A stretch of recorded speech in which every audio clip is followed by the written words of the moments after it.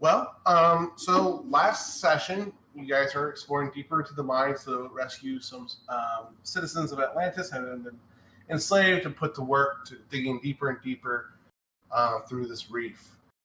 Um, you've heard that they are seeking, or you pulled visions from a captive and saw visions of almost armored elementals, images of this terrifying creature of the deep that seems to be working and with the Sahagin and reports to Ursula. It's almost like a pet that obeys her command. Another great, massive creature that she has control over right now. And apparently, there's two of them. There's Flotsam and his partner Jetsam. But only Flotsam has been revealed into these reefs. And you guys are going deeper through and come upon an outpost where you try to get the jump on a few, and you definitely did get the jump on them, but plans kind of changed quickly, but you guys resolved it pretty fastly as well. After kind of looking through the camp, finding some more items, you guys decided to take a you guys decided to push forward, heading north towards the main part of the camp that the one Sahagin that you took captive told you about. You guys were making your way through, though, and found a person that was still hanging on their very last breath, staked through the arms and the torso, and a typical scarecrow kind of position to intimidate and forewarn others, or just for sick pleasure. And he was pleading for you guys to end his, agony. You guys talked to him a little bit. You assessed him. He had a fairly decent-sized wound along his torso, but he had a high fever, and his wound seemed infectious, and like really anything done for the person would have been for naught. So after a little bit of debate, I might be messing this up. I think Cronus made quick work of his life and placed a dagger through his temple and ended his suffering. And you guys decided that if Flotsam has been coming to terrorize this poor soul or the other, bodies that are staked around you all, maybe he might come back.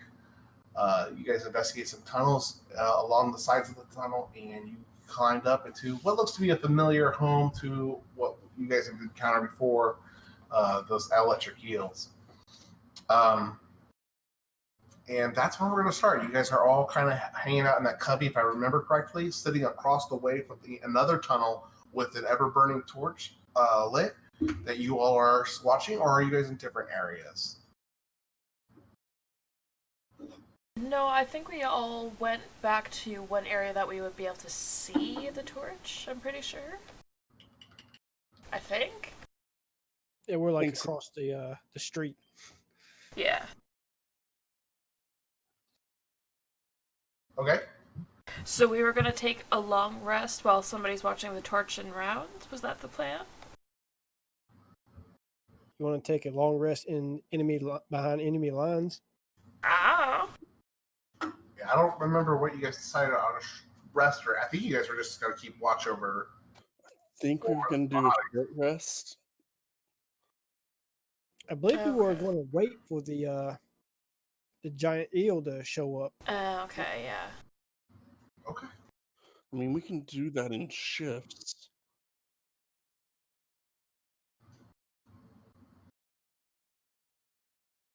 I'm pretty sure we decided it was a short rest.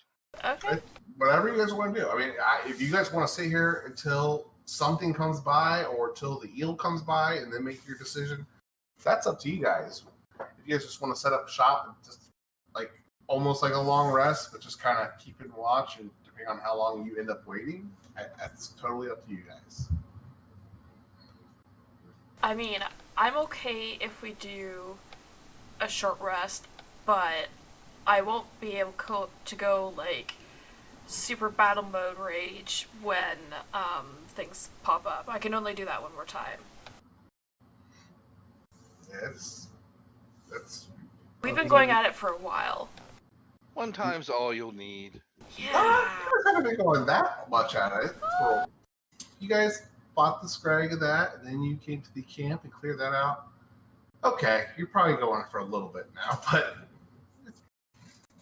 yeah, you guys have been doing a decent amount of time in I travel. mean, depending So- on how long we are waiting, it might turn into a long rest. Exactly. So did we want to start as like doing rounds and then just see how long it goes?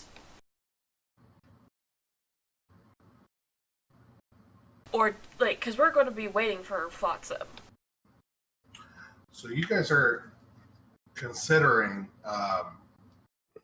making Well, camp. Azure just says, I'll be up. For what good that does. I'll be awake. I'll keep watch. I say we need at least one person up at all times with you, Asher, just in case. Are you? I know you don't need to sleep, but don't you need to rest though? It just says I gain the benefits of a long rest while doing light activity. And watch is considered light activity.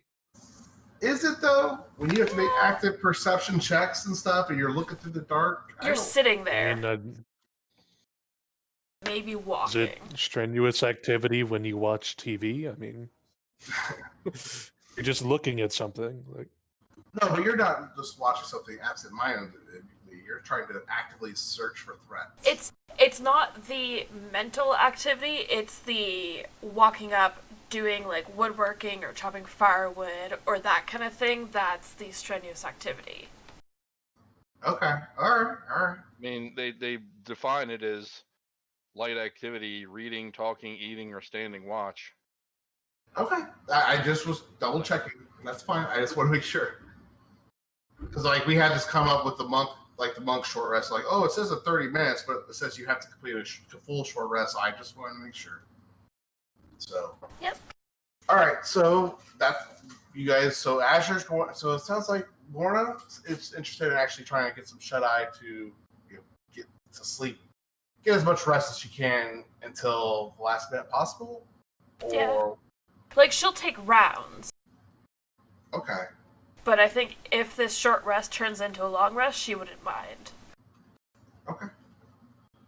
All right. So I guess the question is, who's going to keep watch first? Joseph's going to stay up. Okay. Joseph's going to stay up. Is there anyone else trying to go to sleep, or is just Lorna trying to sleep right now? Sounds like just Lorna. Okay. I'll help out for the first couple hours. If we don't have anything, I'll probably lay down as well to at least get my luck point. Wait, no, my luck points come back at the start of another day. Okay. All right. So everyone else is keeping watch, so I don't think we have to do any crazy perception checks until we start getting further into the night.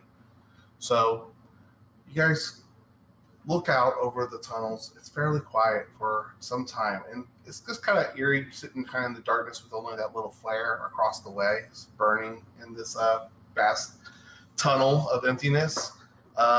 It gives you the time to look over it, and the little light that does make it down to the scarecrows, the dead bodies, just kind of shows you how many are actually in this tunnel.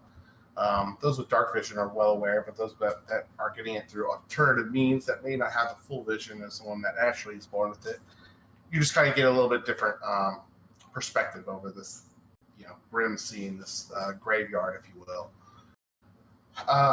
After about 45 minutes, an hour, you see a little bit of activity in the tunnels. You're not sure if you see a giant eel or if your eyes are just playing tricks on you. But the first hour is somewhat uneventful until Azure, you will notice some. You think they look familiar fish, but don't all fish look alike? That's racist. These are racist times. But they don't see you, and they just keep swimming, back the way they originally came and the way you guys came from. Were they sharks or predatory things? those were the same type of fish that you sent away to go. My ones I sent. Oh, well, hell, if I see them, I will go out and talk to them. Okay. So you swim down. Yeah, they're probably looking for me. They don't see you yet. They just keep swimming. They're just they're kind of moseying along back to where they came. Well, all I got to do is be within 120 feet of them. Okay. I'll telepathically start talking to them. Did you find anything? Oh, do you have that voice again? What? Who is this? It's me, the sea elf. Oh, hi. What are you doing? Waiting for something to happen. Did you see the big eel? I saw many big eels. Well, this one's particularly big. It's like the size of a ship big. It's very big.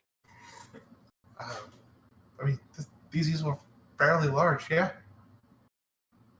Where did you see them? How long ago? He kind of just turns around and looks at all the tunnels and stuff. Like they're all over. This is what I get for sending stupid fish. What? Did you see any of the Sahagin? Give them the image of the Sahagin. Did you see any more of those? Oh yeah, plenty of them. They look hungry. We had to turn around. Which way were they? Keep going that way. The way we were going, right? Yeah. The opposite direction they're swimming.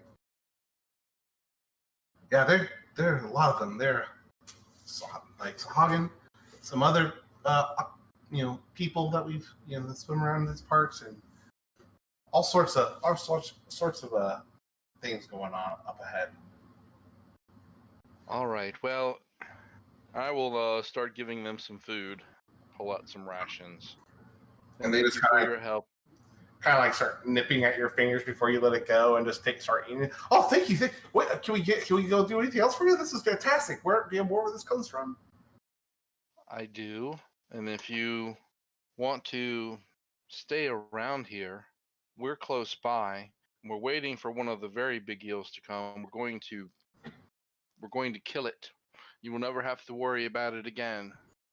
But before that happens, we have to know where it is. So if you happen to be here and you see it coming, you can let me know. And I kind of give them an idea of like, don't go any further away than here where we're at right now.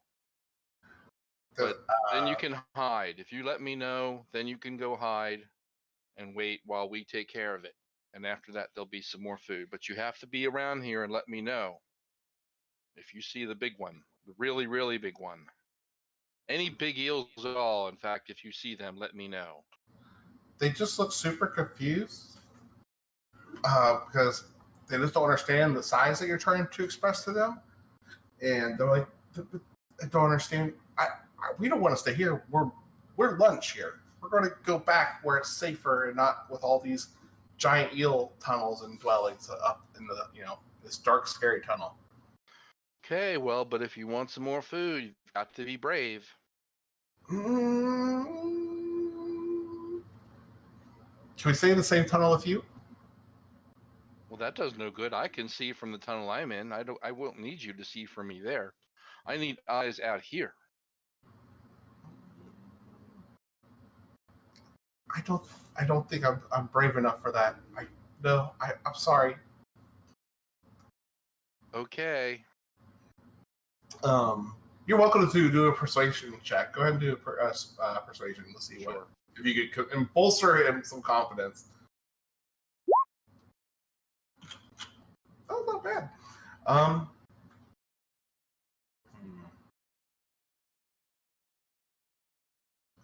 Awfully dangerous the task that you're asking of us. How are we to communicate?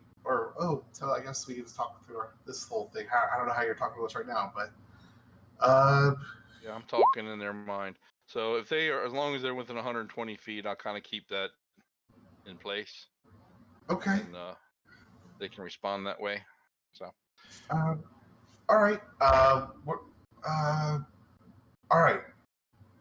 We'll stay near. Where can we hide safely that you suggest? Well, I'll point anywhere you think would be good.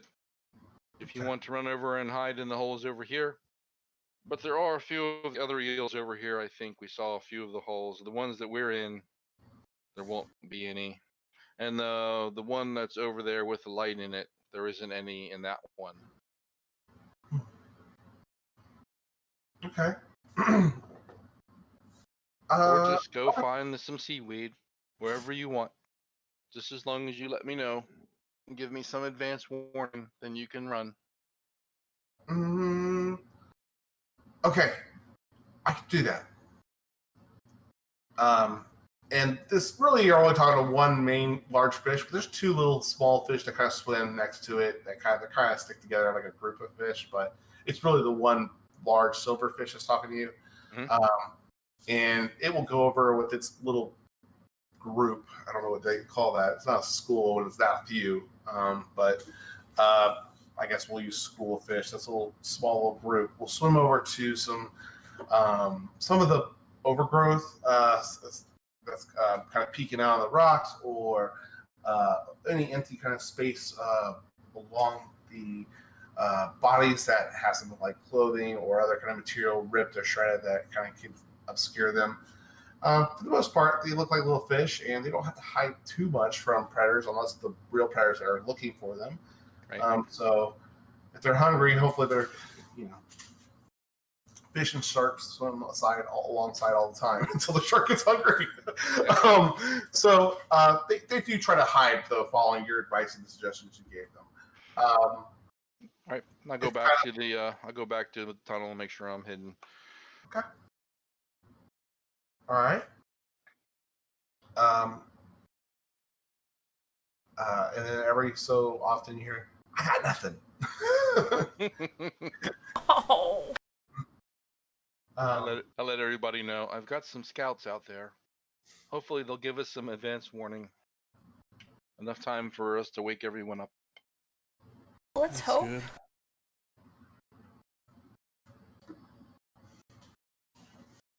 It's about, at this point, you guys have been waiting there for about an hour. Sorry, after the fish and everything and wait there, it's probably been closer to an hour and a half now total. And those that are keeping watch will start to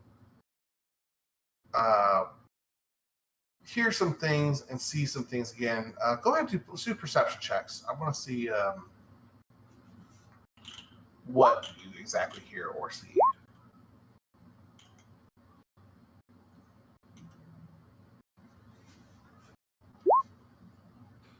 And Silent, just for warlocks, does that classify as a short rest? Yeah, I would allow a short rest there. All right, just want to make sure for spell slots. Yeah, short rest for everyone. It's about an hour and a half so far. Being light or dark, I didn't remember. You are in darkness right now. Okay, I gotta pull up the other sheet.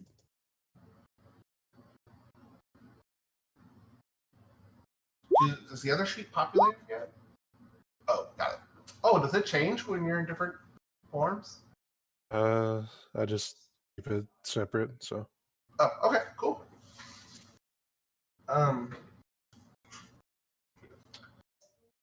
Sorry. So let's see here. So Faye and Bart and Azure, you guys are going to see after about we were at an hour and a half after the calls or after the fish talk. About 30 minutes more go by, and you guys are going to hear some noises coming down from further away or further up the tunnel, but you also are going to notice some more eels start to kind of appear. Not as large as the ones you first encountered, but these are still pretty big eels. And they are going to kind of swim out. They've kind of gotten used to the light now, or sorry, to your guys' presence, and you see them kind of come out, inspect the light briefly, and then kind of go back to their tunnels and retract it. But they're starting to be a little bit more bold with your guys' presence here. Again, nothing like the ones you fought before. These are more like just really big barracudas and big eels that are kind of popping out there, these tunnels. Nothing of the size before, but they're starting to kind of look around and just be on the lookout for an opportune meal. They probably know we're here. I will they may not know we're here. I will attempt to telepathically contact one or two of them without leaving where I'm at. So as long as they're within 120 feet and I can see them, I'll start talking in their head. And some of the eels, or even a barracuda would be great. And I will say, "Are you looking for easy food?" Startling, one of the, they'll respond, "Yes, food. We are hungry." There might be food coming soon, food that still swims. We will help to kill it. If you help us and do not attack us, you will get as much of the meat afterwards as you like. But if you come after us while we are in this fight, we will turn on you and you will die. Make up your minds now, because otherwise I will count you as an enemy when the time comes. So you let me know. This is one of those smaller eels we were talking to. Again, not one of the big, massive ones. But he's like, we don't want meat. We want fish. We want other fish. We don't want to eat humans. Good. Then I will hold you to that. That's our other kin. The other kin, the bigger ones. Yes, the giant, the ones that zap you when they get too close and they bite you. Are there any more of those around? They seem to have fled their holes long ago. They're around. They typically pick on easy food. Usually, lately, what they keep putting all these meaty these bodies all over the place. They just come out and pick on the fresh ones.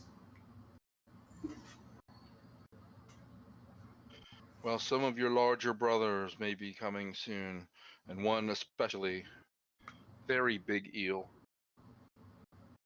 Be on the lookout for that one. He would eat you, I'm sure, no matter what you are. But if you help us kill him, I will see to it that you have food. You saying kill? I don't know how an eel could laugh, but this eel would laugh at you by saying, kill them? You're out of your mind. We will do what we do best and hide and pick over what they leave us. All right. Don't bite us, we won't bite you. Of course not. You guys are too big for us, too. But if you come in my little hole, I might snap at you. I have my own hole. All right. It doesn't take much longer. You will eventually see one of those large, giant eels kind of appear down the way from you. Azure, Faye, Cronus, everyone that's on the lookout and not resting right now. Sorry, Lauren, that's singling you out there. Yep. You guys will see those that are keeping a watchful eye and with those previous past perception checks. You will see one of those giant electric eels that you guys encountered first when you first left the sanctuary. One just pops its head out, and it does seem interested in the light, the flare that you have thrown in the other tunnel. And so as it kind of comes out and it catches its eye, that glow that's coming out, it eventually comes out and starts doing that whole slither eel kind of swimming pattern over to where the tunnel is and looking inside of it. Can we pause here for a sec? I'm sorry? Can we pause? Was our plan when it's there to attack, you guys, what's our plan? Perfect. Let's pause back where you guys first saw it pop out of the hole. How about that? Let's go back to. Thank you. It's aware of the torch. It just came out of the hole. It's preparing to swim over there, but it's still at the first hole that came out. Perfect. What's our plan? Real quick, how far away is the torch from? I'm sorry. How far away is the torch? Away from you guys, let's see. It's only 20 feet inside the cave. That way, 20 feet dim light is out of the cave. Yeah. Just outside the cave. So it's bright light in the cave itself.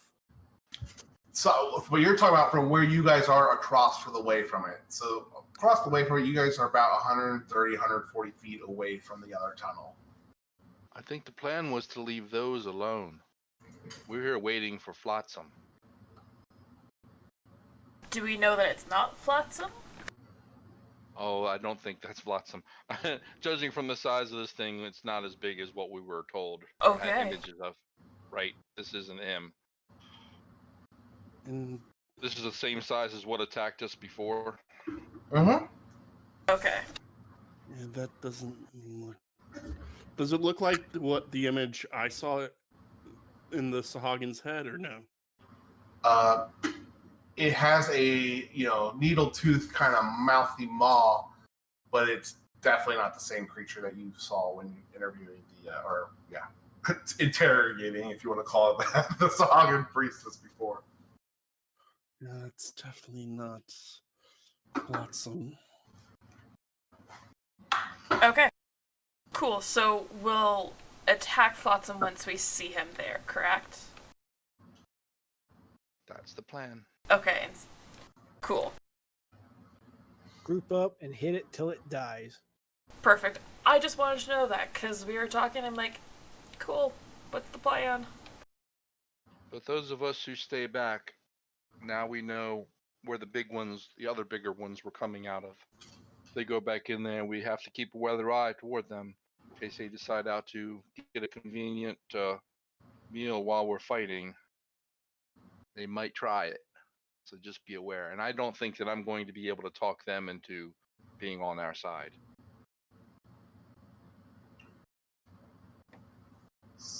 So,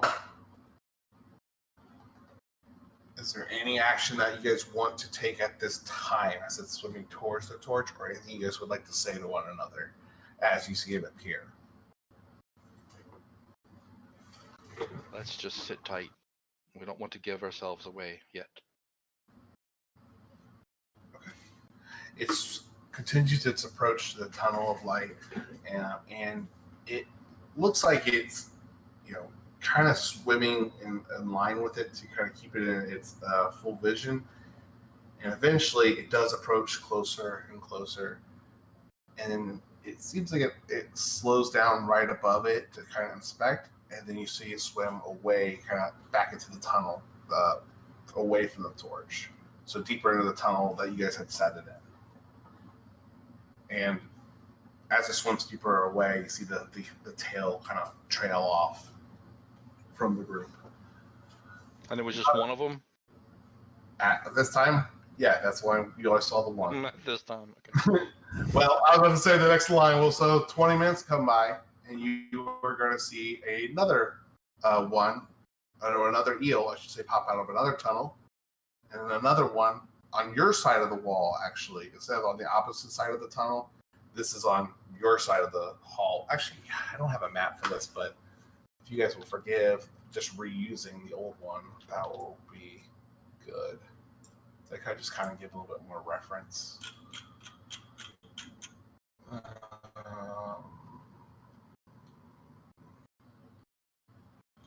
Nope.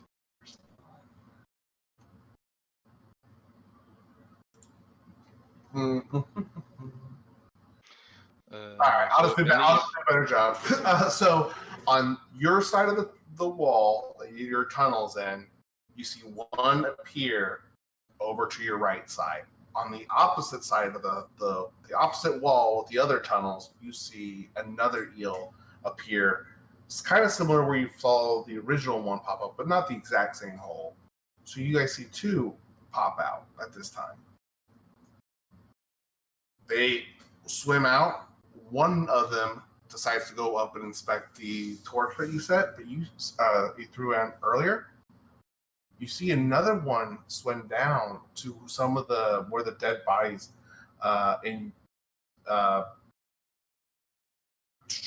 quick question. Since you broke telepathy with the fish, is the barracuda the only ones that can talk to you willingly? Or can the fish not talk to you willingly? Oh, that's a good question. Well, I can reach out to the smaller fish anytime I want. I don't think I should probably. They would know. This big. But I'm thing saying, is do you coming, keep that bond with them after you make a new bond with another creature? I think it's like It's like communication both ways. I would have to be using it on whoever I expect a response to at the time. I don't think they can just. I don't think it's like I have multiple channels, if that makes any sense. I think it's just one at a time. Okay. But you gotta, so you can only, but you can talk to any of them as long as they're in the range. But they can't talk to you unless you have the telepathic link open. Right. Got it. Okay, that's fine. They're not really going to be communicating any new information besides, hey, there's a big eel coming towards us. That's all they're going to communicate, and you will notice that the few of them don't muster the courage to stay put for too much longer as it descends upon them closer to some of the bodies that are staying along the path, and they dart off. You catch them kind of bolting a little bit away, and you see this electric eel swipe down and take a big bite out of the side of one of the scarecrow and the merfolk, and just rip out the side of its gut. It makes a familiar kind of tethered, cloth-like, flesh-like look upon the victim. This one doesn't like react or flinch or yell at the contact of the eel, so you're pretty confident it is still that person was already dead. But as many of the other scarecrows have been. After it takes a bite of that human, it does, or not human, I'm sorry, but that merfolk, it swims back to another tunnel up along the wall, your wall this time, and dives in there. The other one that was inspecting the flame does something similar, and it goes down and it tears into another person as well, and afterwards retreats into another tunnel to finish its meal. Okay. I let them do their thing. Okay. All right. At this point, it's been about 3 hours now, and you guys hear some. Let's do this. Perception checks again. Let's see what you hear.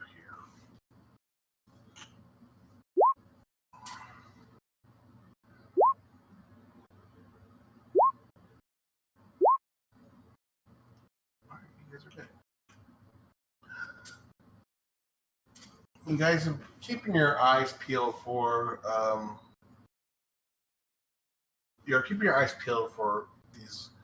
this creature that you've seen through images, and as you kind of study the dark and where things have been coming and going, these eels over the past couple hours, and excuse me, you guys see kind of coming down the hallway something much smaller in size than you've been looking for, but it is multiple scrags and another Sahagin Sahagin priestess and some other Sahagin swimming alongside more merfolk. Two of the scrags are actually dragging in each hand behind them a merfolk that's recently been skewered and prepared to kind of leave in this alley of bodies they've kind of created. Dead already? Let's see your perception check. It's hard to tell from this distance. but they are definitely dragging some more. You can just tell by the way that the bodies are stretched out, and how it's dragging it, and you see them kind of just walking through this tunnel. Watching them carefully. And I'm not making any moves on them yet. How far away are they? They are We need probably, to know that anyway, like yeah. how far the bodies are from us in our hole. I think we said before at the end of the session, the bodies were within 100 feet of you guys because of you guys were thinking of your spell casting. Okay. I thought that's what we decided, or because you wanted to be within blasting range. So that, yeah, you guys were in blasting range. And they might have been closer than that to the body, the specific body you were looking out after. I'm sorry, I did not write that down last week. Because I know that was kind of the plan, I'm going to say you guys are about 60 feet away from the body you guys had set up. But this group is coming from further ahead of the tunnel. It's approaching you, but they are about 140 feet down the way from that body that you're watching right now, set up over. All right. So they are approaching, and you see that they're dragging the bodies behind them. Eventually, they get to be roughly 80 yards, and you see one of the scrags take one of the persons and stake him basically into the rock, so the body can't float and raise up. It kind of just gets suspended there, but it's held in place for all intents and purposes. And then the other scrag does something else similar, just a little bit further ahead, staking another person right into the reef. They continue pressing forward, heading your way. At this point, they stop about 40 feet from the other body. Real quick, because I can't recall, did you guys took them down from the stake, right? Yeah. Okay. So 40 feet further down, they stake another one of the bodies and stake another one. Go ahead and do another perception check for me.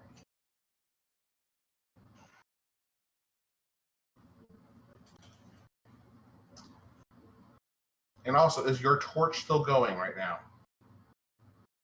Yeah, it's ever continuing. Okay. It will not go out till it is dispelled. Okay. So 24, 11.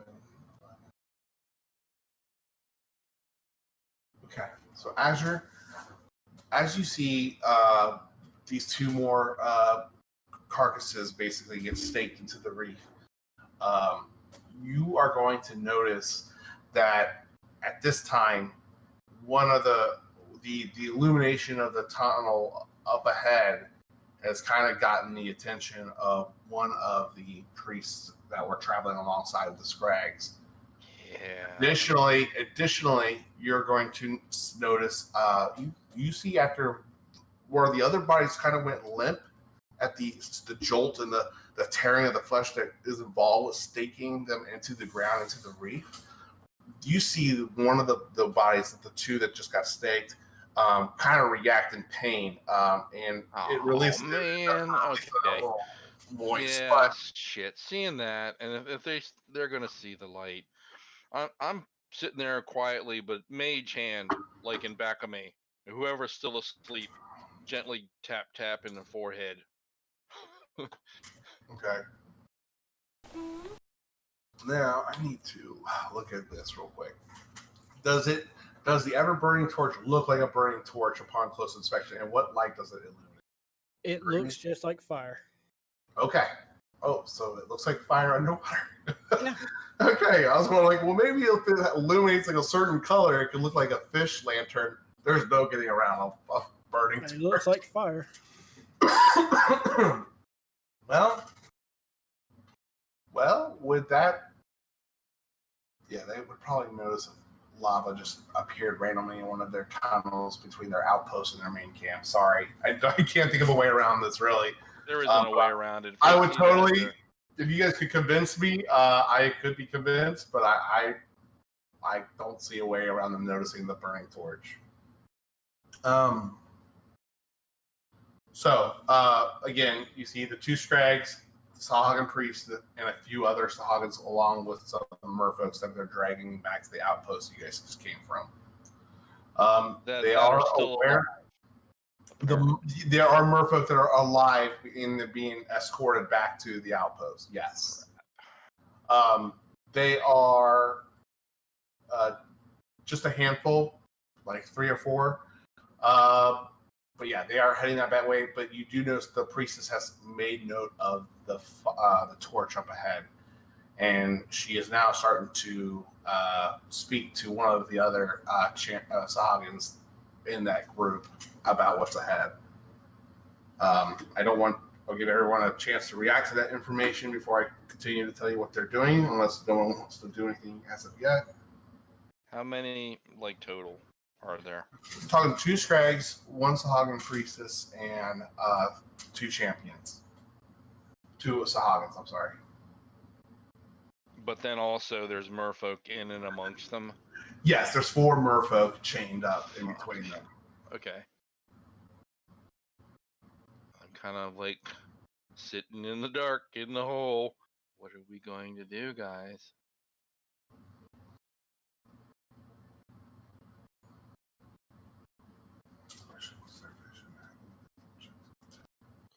Well, it looks like the moment they find the torch, they're going to know someone's here.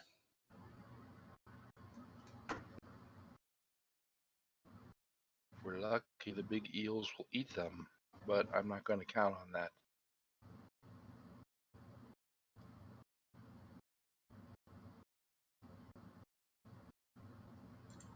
I say be ready when and if they get close to where we're hiding here. We shouldn't reveal ourselves too soon. All right. And just kind of looking back, be ready, people. Sorry to interrupt your nap. But it was such a good nap. Fuck you.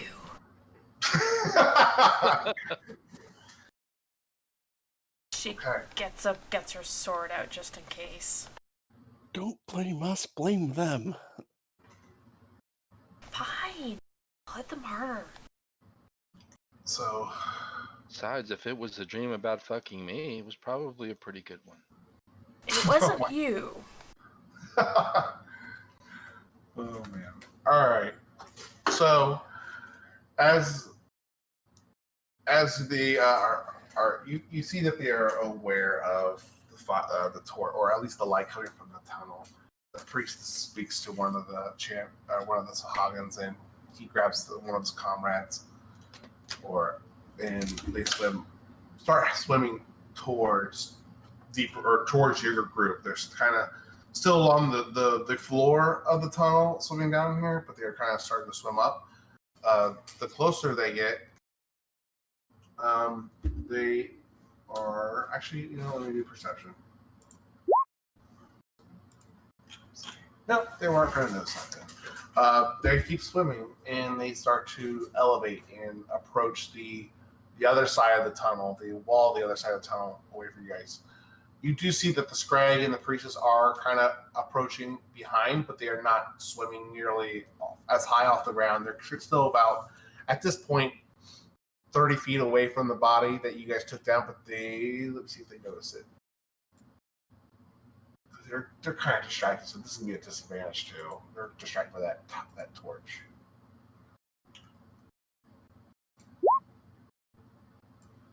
All right, I gotta get my chat back.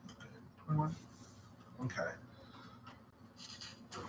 Oh, 7. I'm sorry, that disadvantage. So yeah, they do not notice the body that has been removed yet. But they are looking up towards the Sahagins that are swimming towards your torch, Josel. And the other Sahagin now are about distance. Remember, the tunnel is about that torch on the other side of the tunnel is about 130, 140 feet away from you guys. So they've swam up. So they're a little bit easier to see from your guys' elevated position. But they are about 80 feet across the tunnel heading towards that torch that you placed in that other side. The Scrags and the priestess seem like they are waiting for them to return back to them, along with the other Sahagin that stayed with the priestess.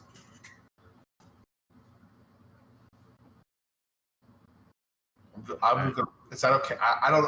Is it better if I pause between stuff like that? I don't want to just feel like I'm rambling to you guys in case you guys wanted to act on anything, but I'll just kind of pause and keep going.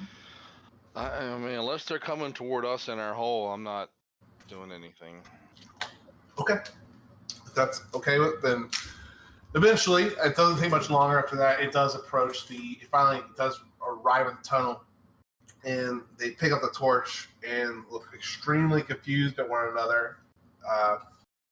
And they're trying to figure out the one kind of waves its hand real quick to the flame. Does it actually burns? Is that true? No. It's okay. It's harmless. It just looks like fire. So it Gives waves off its light hand to and the it looks like fire. it waves its hand to the flame and kind of prepares itself to kind of get burnt, but it does nothing. And then the other one kind of pushes them and takes it away from them to kind of inspect it further. They kind of it's really odd. They're kind of like it's just so out of place, but they kind of for a moment are just kind of really trying to figure out what it does and what it is. But then their interest in it quickly dwindles, and they are kind of suspect of what's going on. You could hear them speaking to one another in Sahagin, and they're it's kind of guttural and mashy and hissy, but they're communicating, and they're kind of getting frustrated. And the one eventually kind of pulls out his trident and starts to enter that tunnel first, while the other one stays behind it with its torch and kind of slowly follows behind it. Oh, the tunnel with the light? Yes. Oh, and we saw an eel go up in there, didn't we? Yeah, you did. Yeah. Yeah. Okay. That's cool. Okay. Wait and see. All right.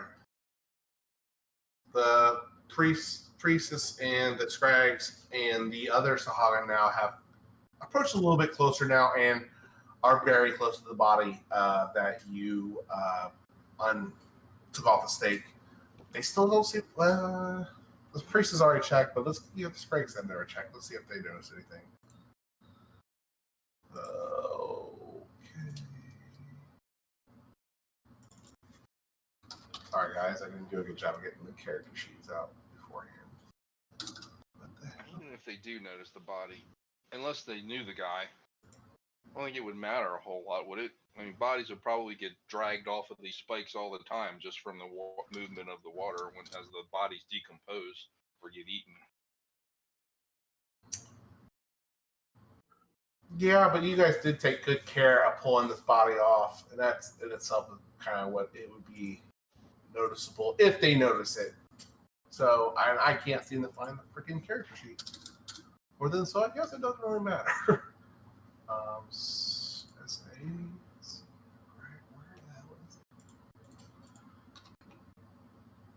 There we go. Sorry, guys. Sorry. Here we go.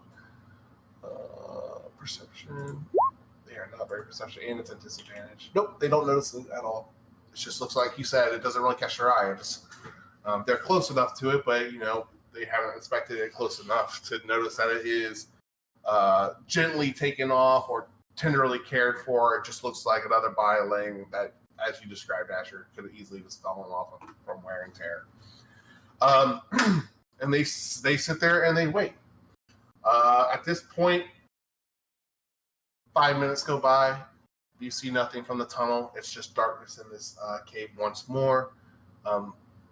Everything's kind of black and gray. What you guys can see, even those with dark vision. Another 5 minutes go by. Nothing. You see no light come out. Nothing. The priestess eventually just kind of says something in Sahagin to the other Sahagin next to her. And he then shouts back in Aquan at the Scrags and says, press forward with the miners and the priest. I will stay back behind to make sure that the others can catch up, and he will actually swim up to that tunnel as well. As the priestess and the scrags and the other miners press forward towards the outpost you guys came from, the champion is going to swim up into where you put the torch, but he's not going to go into it right this second. Minutes kind of pass by. This takes a few minutes for them to get past you, but the scrags, the miners, and the priestess at this point are about 30 feet back towards the way you guys came from, and they are going to continue to swim that way, it seems. Just let them go.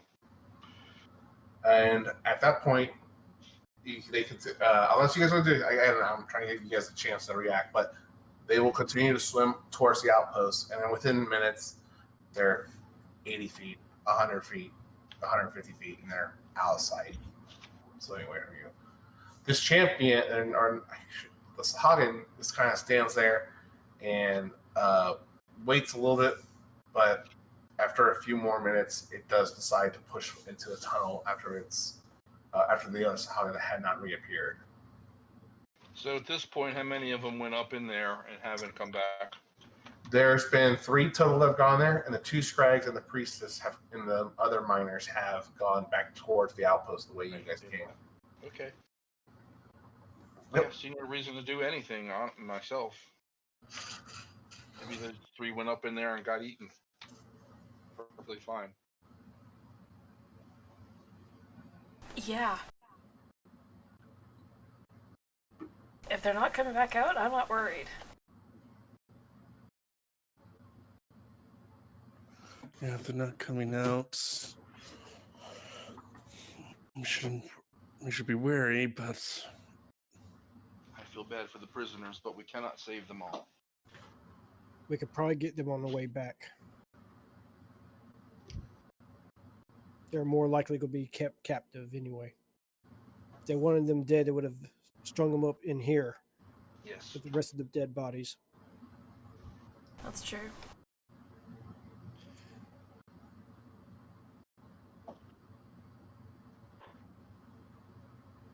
We'll keep on waiting then. Like they're still alive, right? What's that? A couple of the bodies that they just hung up still look alive. Asher noticed that one of them did react and flinch to being the rough nature being staked into the reef. Yes.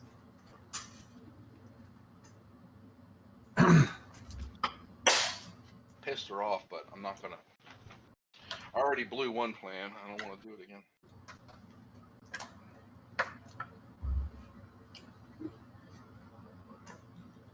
Is there anything you guys else would like to do right now? It's been about. I'm gonna send Ichabod into the cave.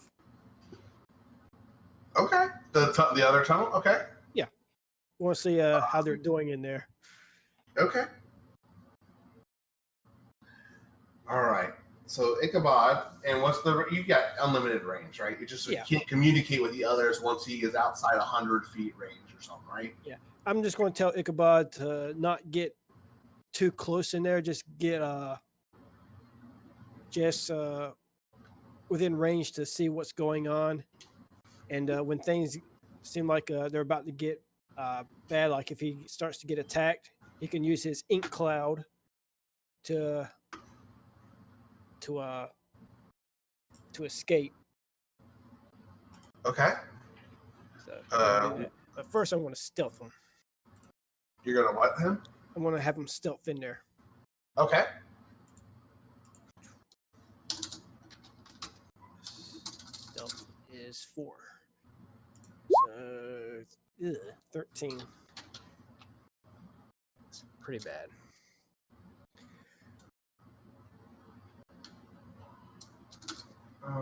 Shit. I'm just gonna use the Quipper for this perception check. I don't have one for a Barracuda. That's fine. His presence means nothing unless one of the other sea creatures intends to eat an octopus that day. Well, 13's good enough. Jeez, they got a +8 to perception. Yeah, passive perception is 8. Oh, I did that wrong. I'm sorry, 8. So they wouldn't have an opportunity to make a perception check. That's how I do that. Sorry. I read that as perception is 8. So still, 13's good. So Ichabod makes its way into the tunnels, and again, the tunnels across the way is already 130 to 140 feet away. So you do lose the ability to communicate with the rest of the group as you're focusing on Ichabod right now. You see, which at that point, maybe I should move you to another channel just for funsies. Okay.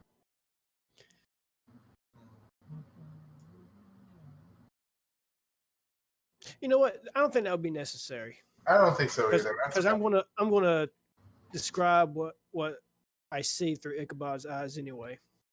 Okay. Yeah, I was just trying to think. Is there anything like super secret information that would be important to people not to know? And I think you guys are doing. You're going looking for bodies. You're not going to rescue someone. So,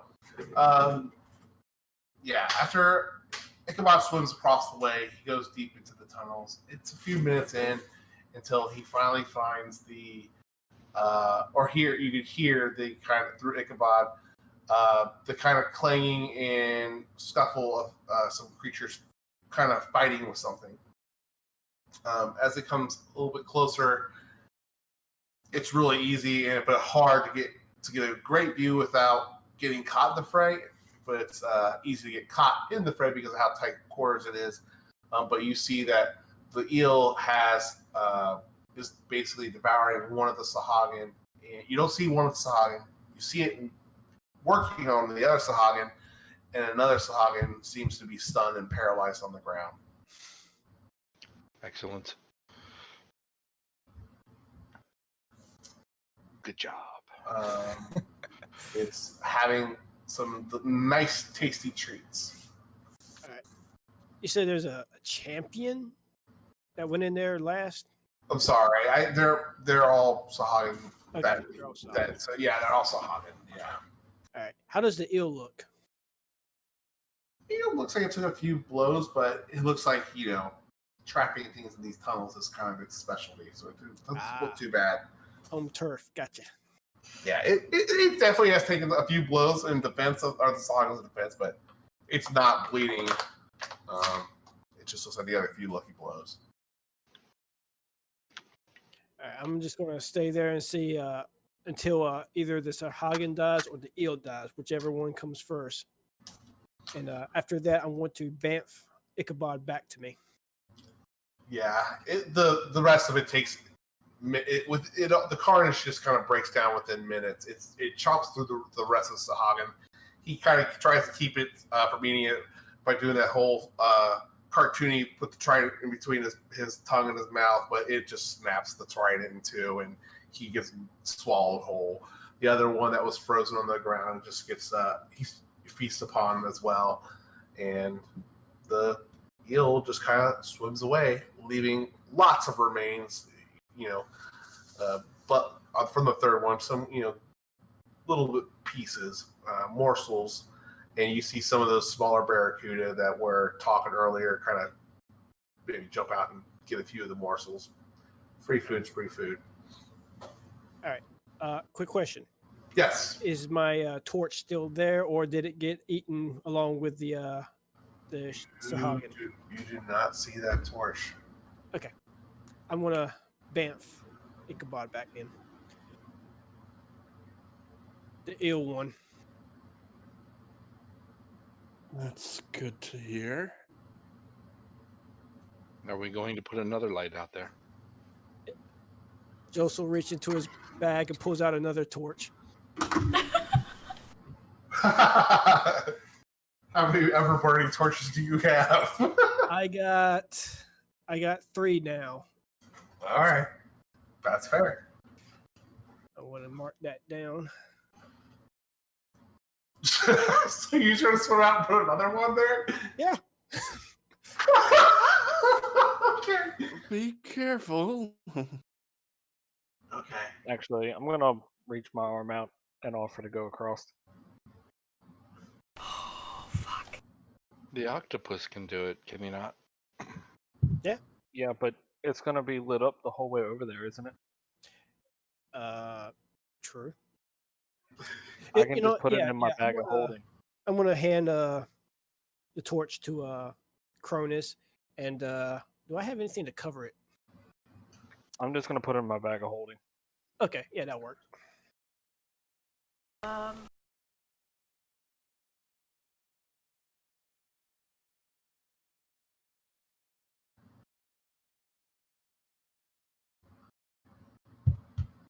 Or you got cut out if you were trying Yeah, to say something. no, I'm good. I'm good.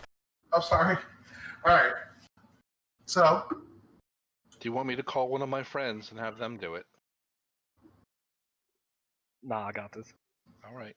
so you're gonna teleport across then, Cronus, with your, or what are you doing now? You said what? It's 100 feet away from us. It's 130 feet, 130 to 140 feet. Let's just say 140 feet. Yeah, I'm just gonna stealth swim over there, like along the roof. Okay. In complete darkness, you got it in your. Go ahead and roll. You got advantage anyways, but it's not super high DC. Not that you really did. Yeah, so you have no problem. You get across on nothing kind of bothering you. You don't see any. You don't see anything. I mean, you were actively searching, focusing mostly on just staying quiet, but you don't see anything like the scrags or the sahagin and stuff like that. But maybe some other aquatic life, some barracudas and smaller fish. But you make it across the way, and you are at the other tunnel. All right. So I will pull out the torch and put it right where Josel had it last, Okay. and then from there I want to leave the tunnel but swim down towards the bodies. Fuck it, I knew it. Hold on. Pause there. This has already happened. I know. What are you trying? What are you trying to insight? What are you trying to check into Cronus's motives?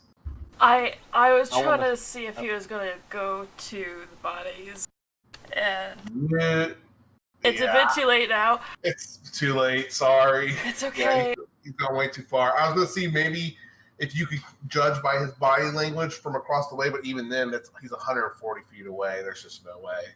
I mean, I have a swimming speed of 60. No. I'm saying there's just no way that you would be able to do an insight check on his body language from 140 feet away. I knew it before. Fuck, I should have said it before. I'm sorry. It's okay. No, it's completely my fault.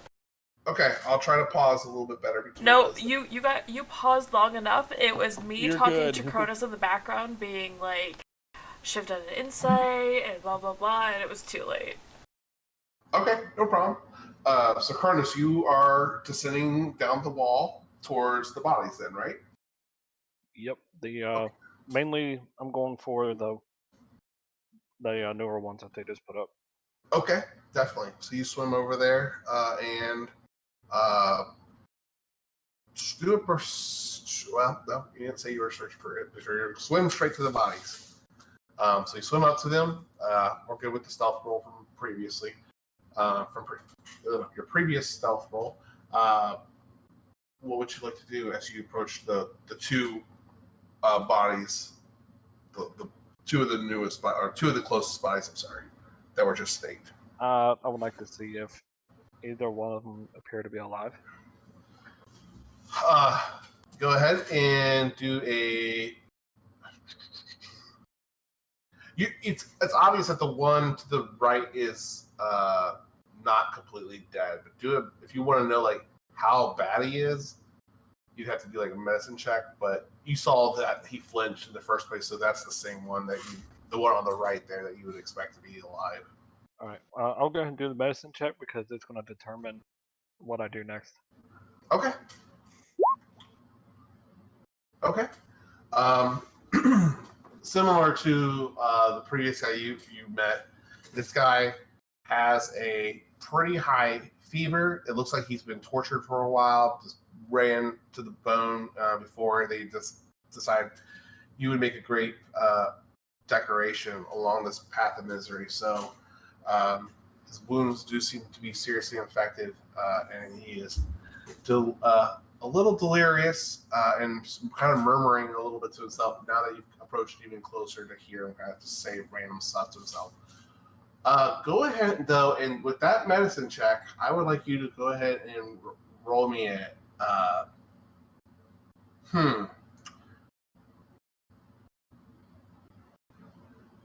I think this would still satisfy your medicine. This would still be something that you would discover with your medicine check.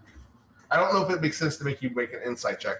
What's the ruling on that, guys? I'm basically saying he knows the information already, but now that he's done this medicine check and he's been did closer inspection, he has insight, or he knows how to better apply that knowledge. Basically, symptoms that are related to those injuries. Like, how the person got those injuries? Basically, hey, he feels like throwing up. Cronus now knows, because of this matchup, he knows that eating the wrong stuff will make you throw up. Getting punched in the stomach will make you throw up. Not the fact that he just simply has nausea, that kind of thing. That would all that'd be medicine. Yeah, that Still. would all be with the medicine check. It's like Okay. you understand how the person got those wounds. Okay. All right. So you with that medicine check, so let me just kind of rephrase a little bit. So yeah, you notice the infectious wounds, and they're diseased, and they've kind of become septic. There's really nothing you can do without either some serious cure disease spells or strong medicine. You do know that he doesn't have long sorry, I can't talk tonight. Doesn't have long for this world. I can't talk. I'm going to the next thing. And you also know that he is having a severe high fever, and you have experienced and seen this before, and you can tell from the things he's saying, he's just delirious, and that you know from encountering and just clicking the dots right now that sometimes people that have high fever have crazy symptoms, such as just being delirious, not very aware, very confused, sometimes hallucinating. You just know all these sorts of different things that come with that. And but yeah, he's in pretty much the same severe condition as the other person, except he hasn't had a bite chunk taken out of him yet.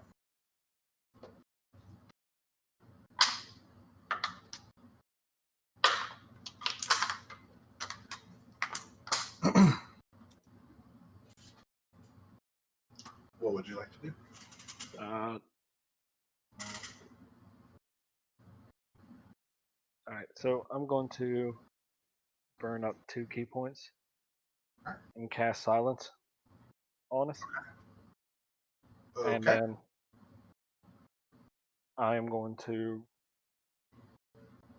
remove him from the stakes. Okay.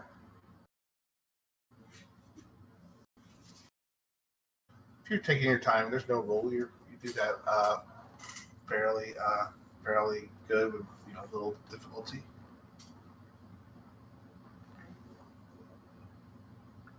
And then I guess I'm gonna carry swim him, because I assume he's probably rather weak. Back up to the tunnel with the group so somebody can talk to him. Okay. So you're trying to. Okay. So I'm sorry. You're trying to keep him alive and take him off the the barbs and stuff. Okay. Then let's do I will take a survival or a medicine check, whichever's better for you on how you want to approach tackling this. Okay. So it will take you some serious time to get him off without doing more damage, or if this is trying to be just as least lethal and pulling him off. But I imagine you want him to live, so it will take roughly 20-30 minutes of being down here working on these stakes to try to get him out without doing severe damage and killing him on the way up. So you do get him off though and bring him back to the group. And for the rest of the group, this has probably been total 30 minutes of time for him to kind of work on this body while you guys are watching him down there. So just for frame of reference, you guys were camping. You saw some barracuda, but the eels, the things came through. You're looking at about 4.5 hours now. Cronus is doing something. Oh, he definitely did. He's bringing the body no, up I'm to saying you. this in character. Sorry. Oh. Cronus has got to be doing something. Do you think we should go and check it out?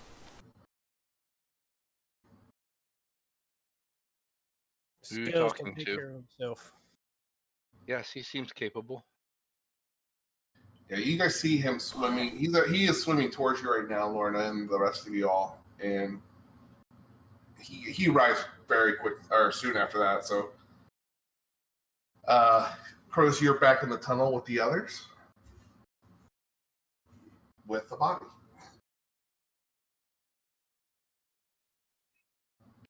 Is the person like somewhat coherent still? Yeah, like murmuring and talking and stuff, but he's very much so on his like last legs. Well, I'm sorry. You said coherent. He's not obviously coherent because he's delirious and has a fever, but he's still alive. If that's a better way to answer your question. Yep, no, that works. So I know. I believe Josel speaks Aquan, right? Several of us Josel, do. Faye, and Azur, however you pronounce All right, it. so I'm gonna lay the person down next to Josel, so Josel can have a conversation with him, or try to see if we can get anything out of him before we gotta put him down. All right. All right. What do you want to say? I mean, you can ask him about the big eel, floats him, see if we can get any information. Did we know about the other one? You had mentioned a flotsam and a jetsam. I don't recall us learning that information, or did we? I thought I shared that information when you first ran into the priestess that said that Flotsam was that Ursula had 2 pets. Yeah. Okay. I thought I did. If I didn't, I fucked up again. Sorry. Well, no. If we know, then I'd like to ask him if he saw both of those giant eels together, wherever they were holding him before they pulled him out here. Okay. So who's talking right now? So Josel or Azure? I thought Josel. So let's Azure. You're asking Josel to ask at the same time. I don't know. Let's go ahead. I would Josel, imagine you that already- Joseph said it first, and then Azure followed it up with the. Did you see both? I didn't. So what are you? I didn't hear what you were asking first. He's just sitting here murmuring to himself. I'm really translating Cronus. Okay, so in the first question was, Have they seen floats? he'll kind of react in kind of terror, but the pain is just too much for him to really do anything. And his body suggests to defend himself, and he will just be like, he'll just troubled breath. He just floats him. Responding to you, Joseph, it floats him. He feeds upon those that the high priestess gives as treat. Gives to them. Flotsam demands it, and the high priestess gives us to him.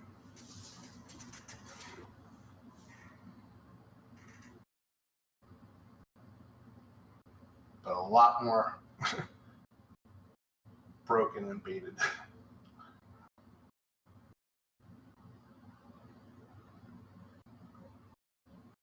you have another question?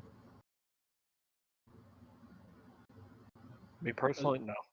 Azura said about or asked about the FZ scene too. I haven't seen. Again, I'm paying to say I haven't seen Flotsam for a while in the tunnels, and I haven't seen Jetson since Ursa first attacked Atlantis. That would seem to mean that she's not keeping them at this main stronghold. They don't have one. I mean, they pass us between camp to camp to camp. Make us dig deeper and deeper until they inevitably do this to us. They're constantly on the move. Yes. There's no telling when they'll be back. I'm suggesting that the Sahagin there's several camps set up within the reef and floats in between camp and camp, instilling the fear and making sure that none of us, stand up against the Sahagin that are kind of cracking the whip. And where does Ursula herself dwell? Atlantis, of course. The capital of the castle. She does not venture out with her troops. She has no need. That's what her pets are for. And those that worship her. And she can see many, many things throughout her kingdom through those that her coven. This guy's very coherent for someone that has a high fever, but I'm sorry, I'm doing a horrible job trying to roleplay both. So, is it evident he's going to die? We can't save him? He is the wounds are very, very tremendous, but and you could heal them, but he's gone very septic, and it would be superficial healing at best. Do you have a name of your family among your people that I can let know of your passing and your bravery? Yes. And you don't have to come up with a name. I'm just getting one for him, so that if we go back, I can. I came up with one. Dang it. I've been doing that to him for so long. He's now keeping up with names and stuff. Fantasy name generator in another tab. Yes, he'll say Hohenson. He'll say that would be his family name back in Atlantis. Can you write that, please? Yeah, I can. Sorry.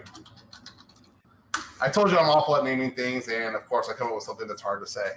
Of course. Joseph was going to ask the merfolk, what is your fondest memory?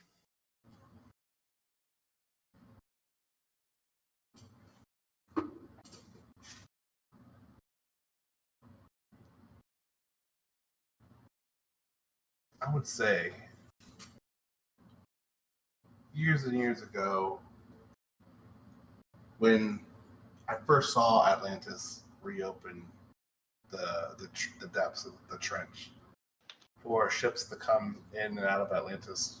As he's talking, I'm slowly pulling out my trident, and I'm about to stab him. Okay. He'll get to the part where he's just saying he enjoyed to see the trade ships and stuff, the different Atlanteans, ships coming and going through the trench and coming, when they weren't at war with the rest of the world and when the first peace kind of came to Atlantis, and you end his life as he kind of... Just as he gets to the part where you're saying, actually, I'm feeling better. I might recover. Oh, where I hid the key of Atlantis into the stab. Just keep thinking about those rabbits, Lenny. Yeah. But yeah, you watch The Walking Dead. Just look at the flowers. Yeah. All right. Well, I suppose it would be unkind to use his body as bait.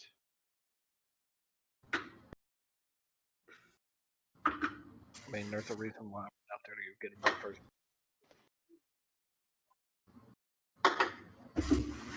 So, His suffering is over. So, I personally don't think there's anything wrong with using a dead body. Nope. Nope. And if they It's when- smell the lead in here, then they're gonna come here first. So it's best they stay where they put the bodies. And I So- mean, merfolk are rather closer to the fish excuse than me. most of Sorry. the other underwater races. So Yes. So, it's really kind of just like chumming the water, actually. Oh. so is there anything? All right. So, is there anything else you want to do with the body, or do you want to put it back down there, or just keep it with you guys? What would you like to do? We could put it on a rope and use it as. Make a puppet out. Oh, God. Guys. The heroes of Fantasia. Yeah, it's great. It's amazing. A neat puppet. I'd I be mean- surprised what being in a dark and cramped environment underwater with no sunlight will do to you after a while. I know that's fair. You lose your mind a little bit. I We're mean, all I can suffering from a form of madness. jerky motions will attract eels. So just tug on the rope. So what is it that you guys want to do? I think, Cronus, you should swim it back down there. If it's a rope, they're gonna see it.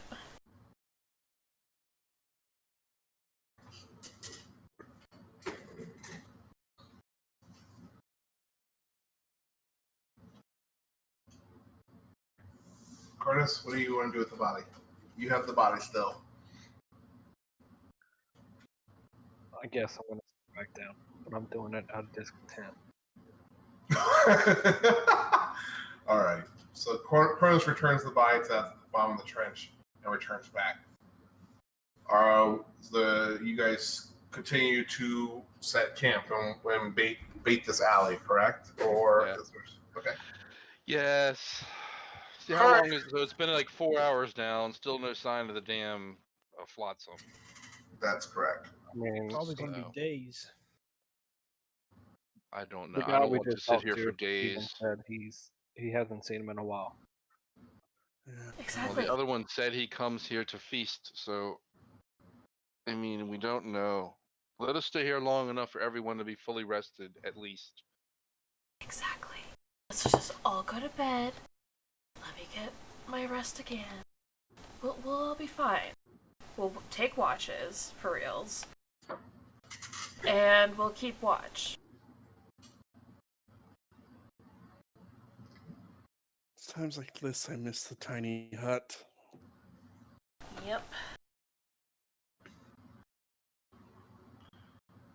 So you guys settle into your tunnel, keeping watch. And who's I gonna have be a first on stupid watch? question Mhm. I just now thought of. I'm wondering how these two abilities would synergize. Because as you know, I've got that, but I'm also an elf, so I also have that. So if I have my light activity of 4 hours, am I good for a long rest?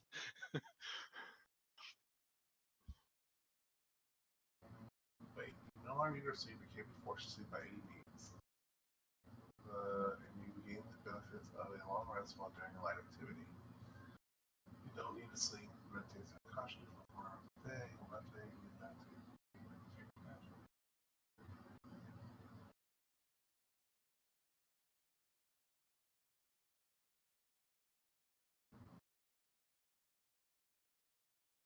I would imagine aspect of the moon will trump the trance. Yeah. Right, but I'm just thinking for purposes of how many hours constitutes a long rest. Oh, like would doing 4 hours of light activity with Aspen the Moon classify as your trance? Right, they might be mutually exclusive, but I figured I would ask because it seems odd. That's a good question. I mean, it does say while meditating. I don't think it would count for this time around because I have been sitting here actively sitting on watch, and trance does say you're kind of semi-conscious. So I don't really think I could do along with keeping watch. Yeah, I would say that you need. That's a good point and good call out. I'll say they do kind of complement each other, but you need to spend 4 hours at least in an unconscious state. I know you're not sleeping, but you'll be in an unconscious state. So as you're sleeping, we'll call it as you're sleeping for 4 hours. So if you do that, if you do 4 hours, and I'm going to say it's going to be uninterrupted, right? For 4 hours. This is 4 hours a day. I'm going to say, yeah, if the 4 hours together, you'll get the benefits of a long rest. Yeah. Okay. Yeah, that makes That's all sense. I need to know. But again, I only have a few things that are long rest things. But my spell slots, like any warlock, are short rest. I have a few things that are long rest stuff that I only get back after a long rest. So that's fine. Okay. I will treat you as you are in like a sleeping state, so you won't be alert to things that swim by you or walk by you, but loud noises, obviously, like someone shouting "everyone up" would definitely alert you, but you wouldn't just be able to see something swim past you without actively searching or looking. Okay. All right, that's perfect. But yeah, that definitely wouldn't have activated in this scenario here. So at this point, you guys start settling into the tunnel.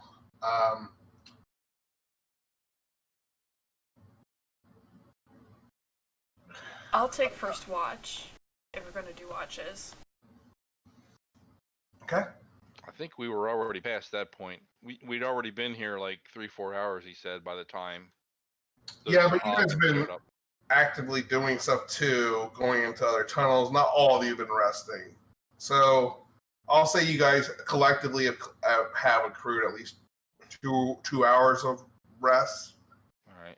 Maybe 3. Let's go 3 because some of you literally are just kind of, sitting back and not actively engaged in pursuing any of this stuff. But I think 3 is a good middle of the road. So who wants to set watch first? Lorna, and then who else? I'll take the final watch. Okay. All right. And What's as everyone? usual, I'll be up for any or all of them. Okay. Nothing better to do. So you're not going to do your trance thing, Asher? Well, there's no point in it, really. We're going to have to sit here long enough for everybody to do a long rest anyway, so. Okay. So you're good? I'm sorry, I interrupted someone else. I also have that 4-hour thing. Do you have that 4-hour thing too? Yep. Fuck you, Go. both. Let's see I mean, technically, we could just have Asher and Bart do the watches. Yeah. Turns out I have a 4-hour thing. Turns out there's a half-elf feat for them to get it. I mean, what's sleep, right? Who sleeps anymore? I mean, And there's Lorna fast asleep in the corner. All right. So this undead is a homebrew, and I would like if it makes sense to you, Black Bart, and it seems fair. I would like to kind of do something similar where, yes, you only need 4 hours of inactivity, but at that point, you aren't aware of everything going on if you're focusing on just that. I don't know. Let me think. I'm thinking through it. Does that make sense at all? I don't know. I mean, I'd say he's aware of his immediate area, but if it's around the corner, he's not going to notice. That's fair.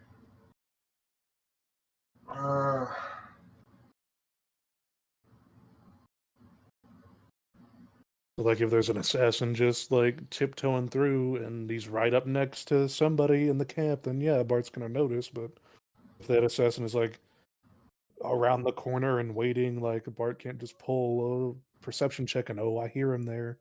At least not until later levels because rogues get busted. Yeah.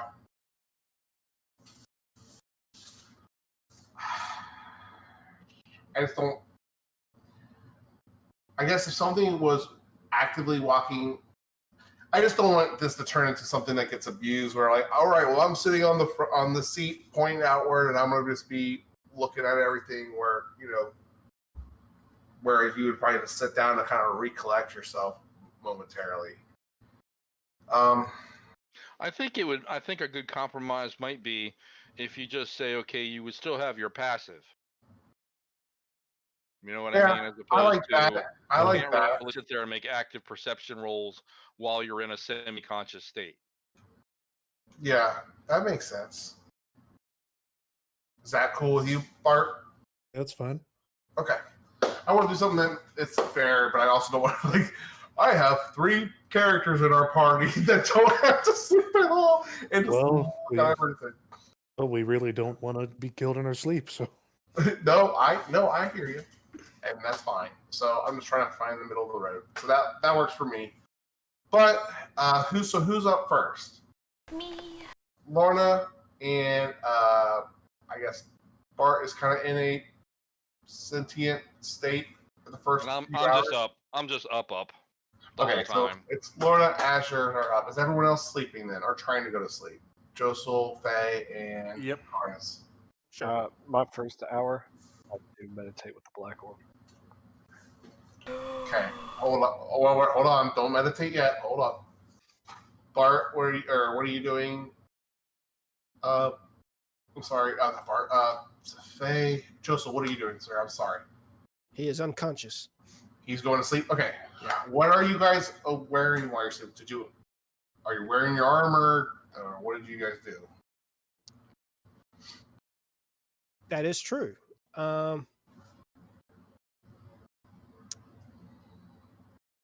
You know what? Sure. I will remove my armor.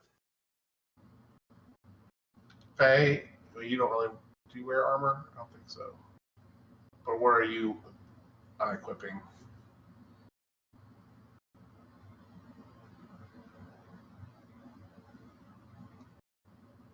Hello? Faye? Sorry, Discord cut out on me. It's okay. All right. So what are you? Do you have any armor, Faye? Or are you unarmored? I have my unarmored defense from Draconic Sorcerer. I'm always have Okay. pretty All right. good. So And I'll have my shield next to me where it's easy to grab. because now I feel like I'm punishing Josel because he's the one that wears armor. That's fine.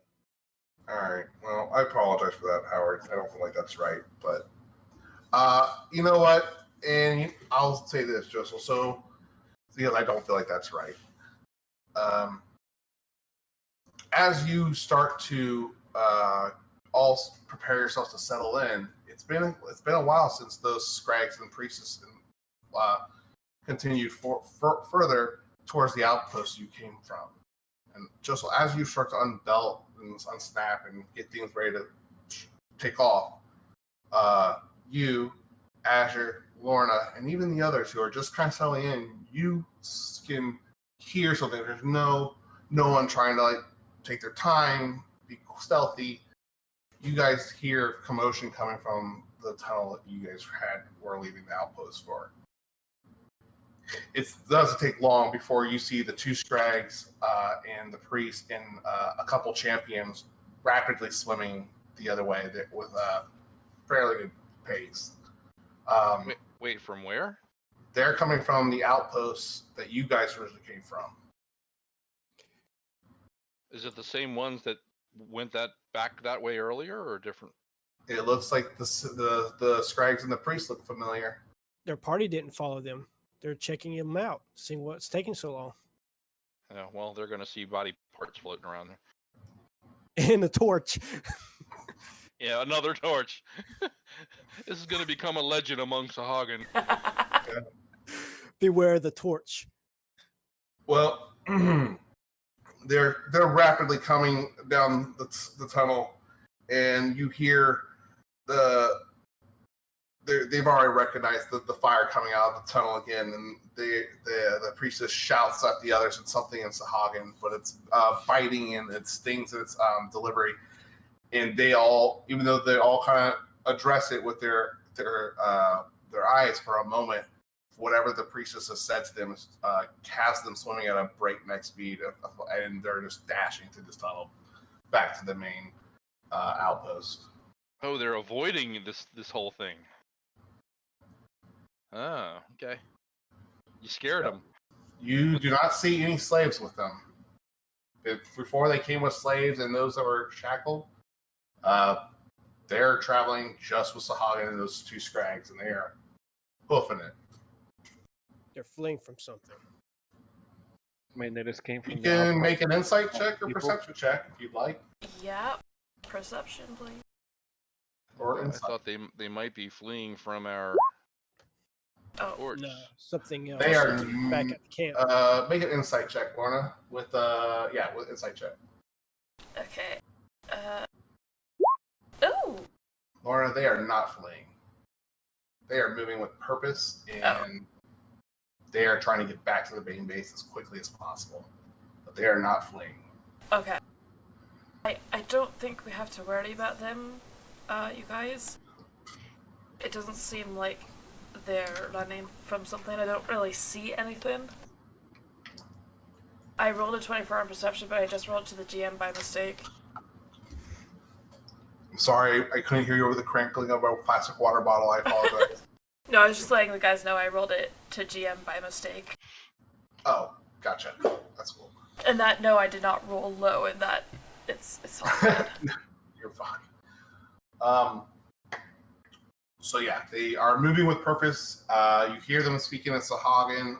You do hear a few words in Aquan, but they are not fleeing. But they are heading back. I wonder what happened.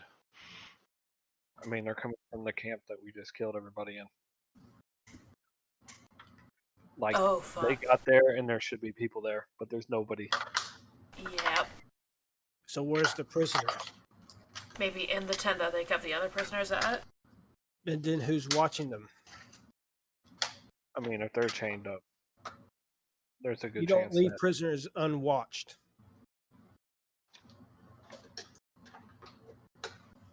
well,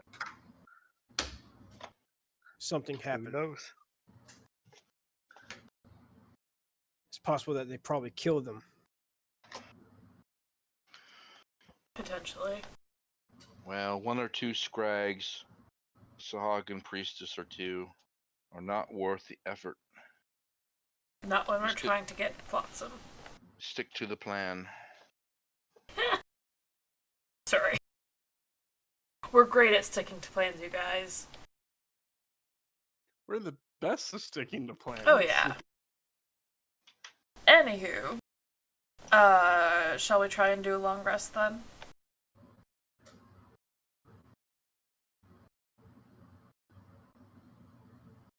I was always complimented by my sisters as the one who was most able to stick to a plan. Yeah, I don't see it.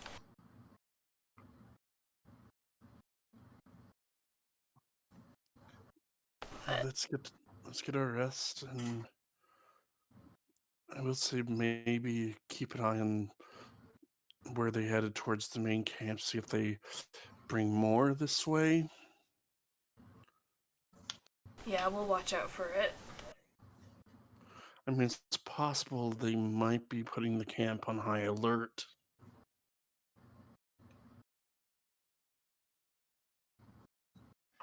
That's true.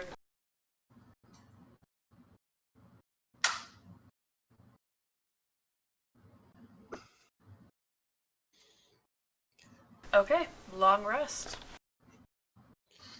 All right, It's gonna guys. be much tighter now. Mm-hmm. I don't think the original plan of sneaking in with the prisoner is going to work. Probably not.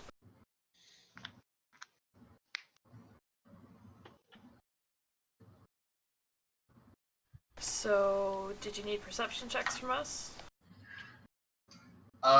Yes. Can I have a bathroom break real quick? I need to think about what's going to happen next.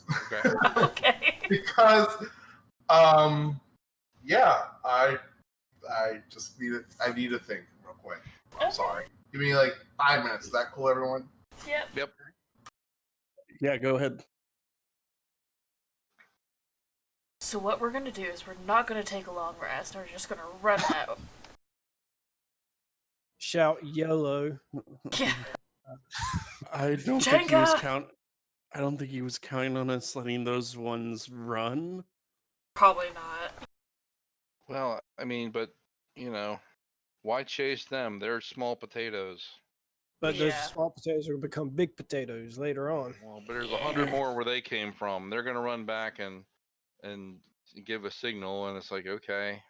I have a feeling like if with Ursula and whatnot, if they don't have the means to communicate with their main camp magically anyway with priests, something is wrong. I wouldn't believe that they would have no way to be in touch with their one of their camps, or you know what I mean. I could be completely wrong. I'm just assuming the worst, that they have sending stones or some other way they can communicate with each other over vast distances. I imagine they're going to go on lockdown. Probably. Either that, or they're going to come back with a lot more people and That try to too. spray around. That could work to other our camp. benefit. If And they then- go by us, we then can go into a less packed camp. Ooh, yes. That works out. That is possible.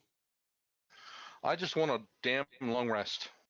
Same. I have a complex.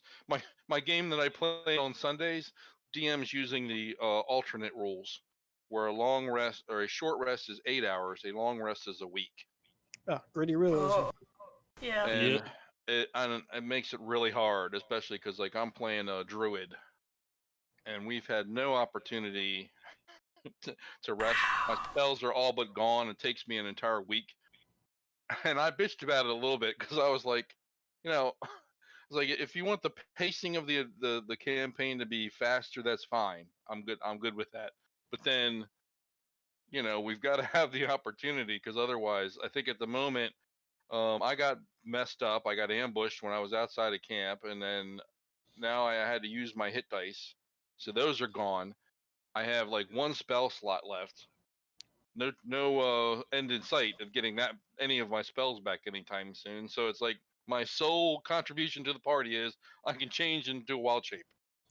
Well, Jeez. gritty basically- realism is mostly used for role play, mostly because realistically, using you it- don't fight he's- every day. He's really using it against us hard. Like we've got to make an encounter roll every day. We've got to he's really strict about you've got to use a ration every day. That was the other thing. I was like, wait, I have the Outlander thing. I can find food and water for up to 5 other. Oh no, I've got to make the rolls and go out and hunt. Last time I did that, I was away from our little tiny hut, got ambushed by a couple of things and beaten into unconsciousness before I could even act. And I'm like, I understand you want it to be harsh, the forest is dangerous. This isn't your new normal woods. I was like, but I feel as though even my background feature is kind of working against me. Like I can't even provide food and water for anybody without getting clubbed into unconsciousness, and now I've got to use up the resources that were already scarce to heal. Yeah, So that's I'm because not in you found the easy way out for his campaign. You can just find food and water. Oh no, can't have that. Need to. It's well, my he monkey. kind of apologized and said he's going to be more mindful of it. We'll see. And my main conjecture was I shouldn't have to separate from the party alone to go out and hunt something. I mean, if you're going down the trail, you see a rabbit, you bag it. You see some berries, you pick them. Yeah. That's the That's why Outlander thing. It's not a maybe big it's deal just- unless you're really being very strict on how many rations we have. So I was like, are we going for a survival game or an adventure game?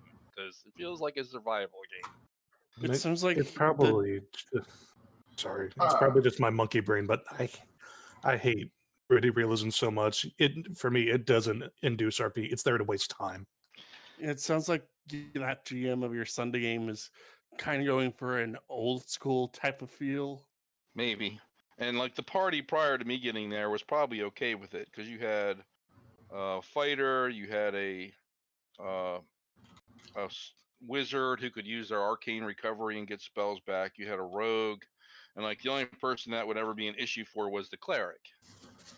And he had other options to go in and fight. So I was like, okay, I come in as a druid, and I quickly realized my mistake. I'm like, oh well, like I kind of need the long rest, guys, or especially if I'm also doing some of the healing because the cleric is out of spells. Now I'm out of spells. I hope we don't get in another big scrap. We're gonna be out of luck. Not gonna have any healing left. All right, guys, I'm back. Sorry. Welcome back. All right. I just wanted to think this through before, the reaction. I'm just trying to think what would realistically happen. So, you all are settling back down to try to complete your long rest, correct? With Lorna Yes. being up the bat and Azure on watch as well, and Bart still being very conscious of what's going on around him. Everyone else is trying to get to sleep. I'm actually going to use my first meditate with the black orb. Okay. And how long are you guys doing this? First, 2 hours, right? Assuming that we're only taking 4 hours left for the rest? Is that the plan? You guys had 3 hours complete before you guys started to rest. You guys just started, and then these things swam by you. So you're Okay, so we need 5 hours. You're in the first hour, so you have 5 hours still to make. So I don't know how you guys. 2.5. 2.5, 2.5. Okay, Sure. that's fine. So the first hour, there's nothing. You hear nothing. You see nothing. Not even the eels have really been out.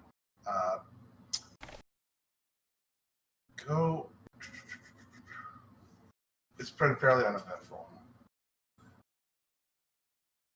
About a half hour later, you go ahead and do a perception check for me, Lorna and Asher.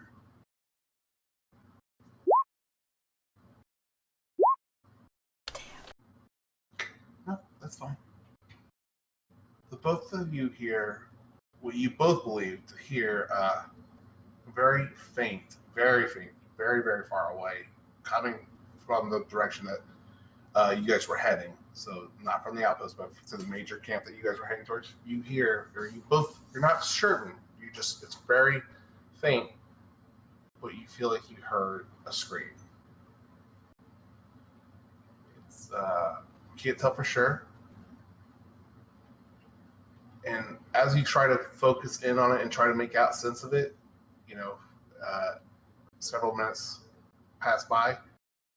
You hear another kind of scream. This time you know for sure it's a scream. Does it sound male or female? This is in the. There's not. You can't really make out the sex of the voice. It's just pain and it's not. It's hard. There's no words being formed like help or it's like just. And it's just far away, right? It's far away. Okay. Wait for it.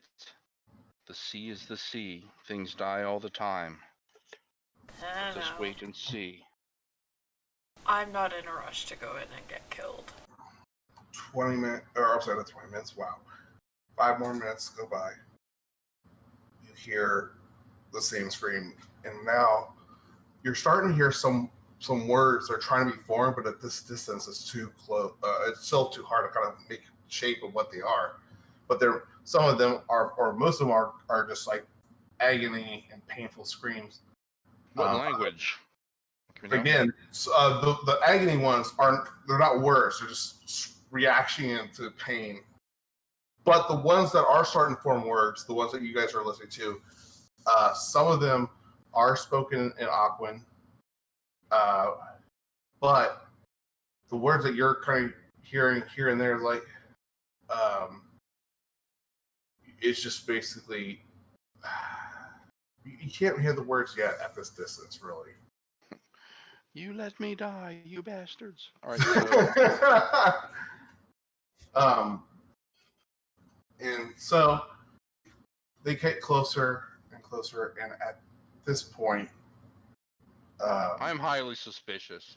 I know that how things are done down here, a lot of creatures bait their prey, whether through light or what have you. So I suspect that this might be a ruse.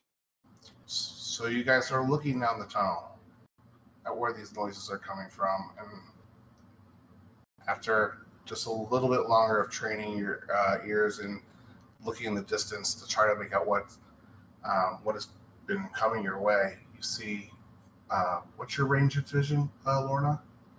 I have the goggles, which I think gives me 30 feet.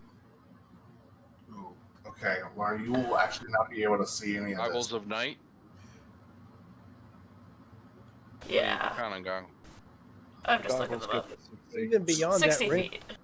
even beyond that range, it's considered dim light. Yeah, it's So technically even- dark vision. Yeah, this is still far, and this is far enough for Azure that she's barely just getting it, and I'll just kind of narratively giving it a little bit because of her dark vision.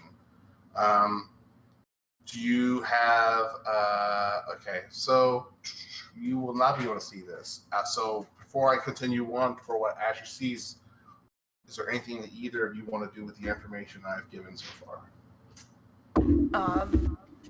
Like, I don't know more than I will telepathically try to link with some of my fish that are at the limits of my range, so out to about 100, 120 feet. If the ones that I had spoken to before are still there. You get the tail end of them at the perimeter of your 120 feet, saying, "They're coming! I'm out of here." What is coming? Tell me before you hide. What is it? What is screaming? It's hauling ass out here. It's like they're killing them, and then just taking off. They're killing the hostages.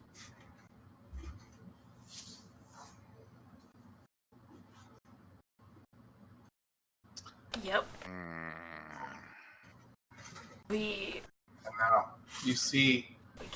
I'm sorry. Nope. Just saying we can't go. So. I still suspect a trap. I am not letting on what the fish told me. I'm not passing that on. Keeping it to myself. Yep. But I will definitely be keeping a sharp eye out. Mm-hmm.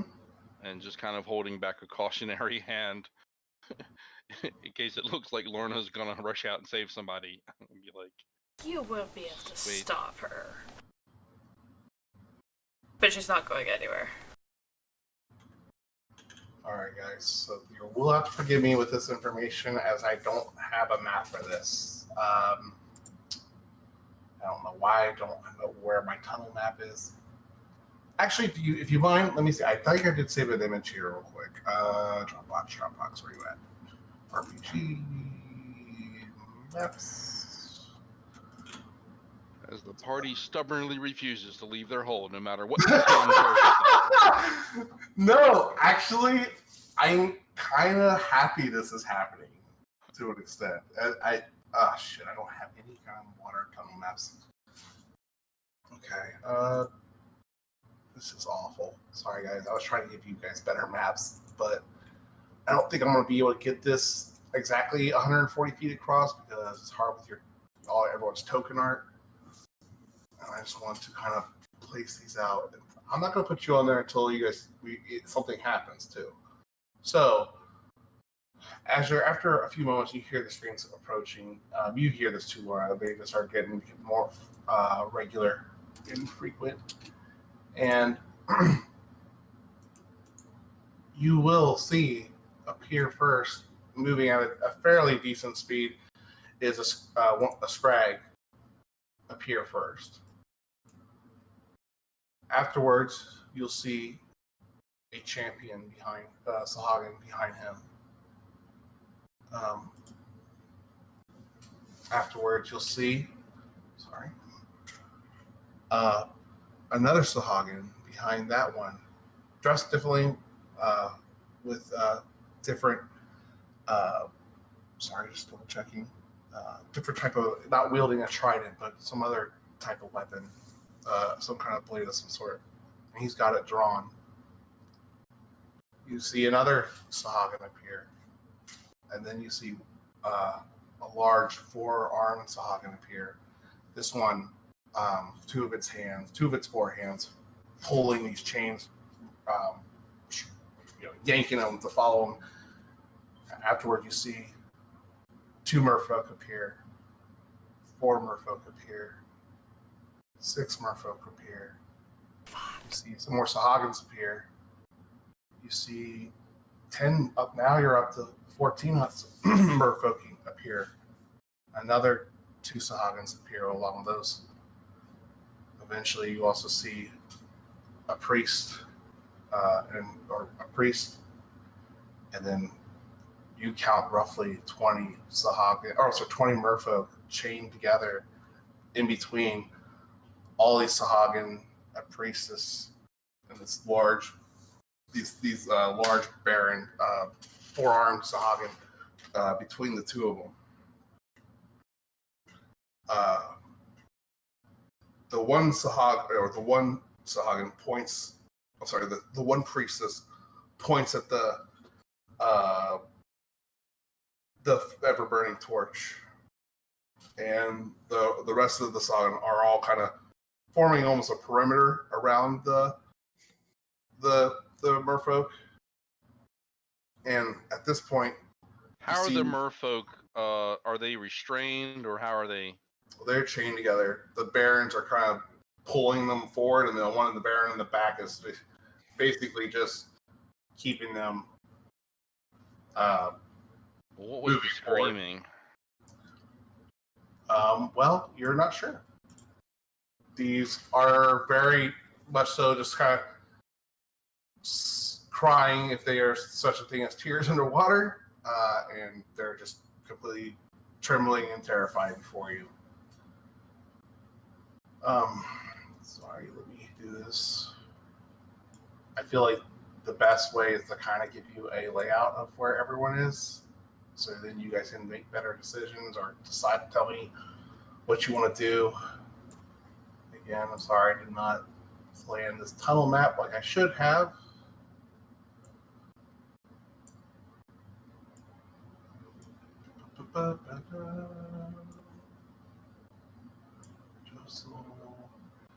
I'm nowhere near setting out the tokens yet, guys, so don't do this. All right. Okay, 1, 2. Did I get everyone? 2, 3, 4, 5. Nope, I'm missing. There we go. Can you guys see it now? Nope. We're still on the front page. Let me get the monster tokens out, guys.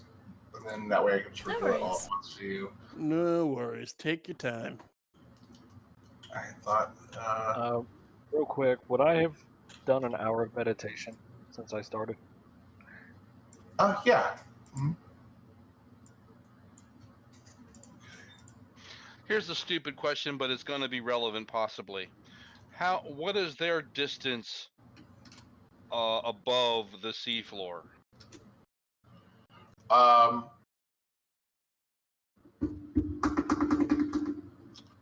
You mean where they're at, or where you guys are at? Where they're at. They are, swimming along the floor towards, along the tunnel. Yeah, most of them are, let's just say 6 feet, kind of hovering over the seafloor. Or 5 feet, since D&D works in 5-foot cubes. We'll say they're hovering, how swimming. How high is the tunnel? You guys are up about 60 feet off the floor.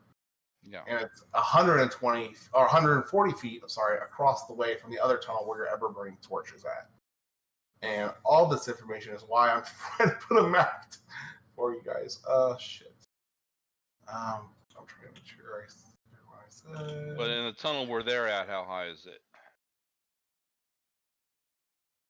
There's about 60 feet high. Yeah, Okay. you guys are pretty high up.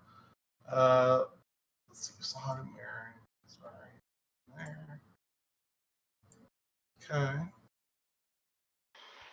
Oh, I'm debating doing something I'm going to regret. Does Lorna see this? That you're thinking real hard about something? Yeah, please discuss Yeah. guys with this information in front of you. I know you guys are getting more information at you, but please don't let me delay you guys. Would Lorna be seeing you kind of thinking You this see over? Her fingers are twitching, and she has no poker face. It's obvious she's very aggravated by this entire scenario. She's looking pissed off. Yep, Josel. Lorna's going to put her hand on your shoulder and kind of squeeze it, and very quietly whisper to you that you can tell it's a trap, right? They're just trying to get us out there and discover where we are. We have to wait. Even if it means losing those survivors.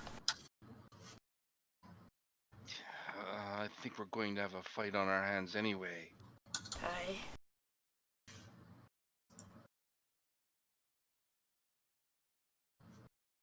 I can't find a merfolk token. Merfolk, please. I would rather the mofolk die than be subjected to this.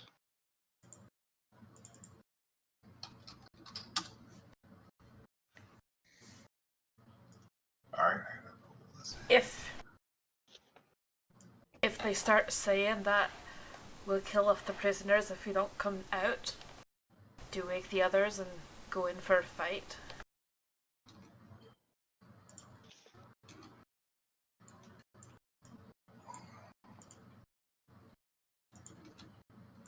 Or will you leave them to die?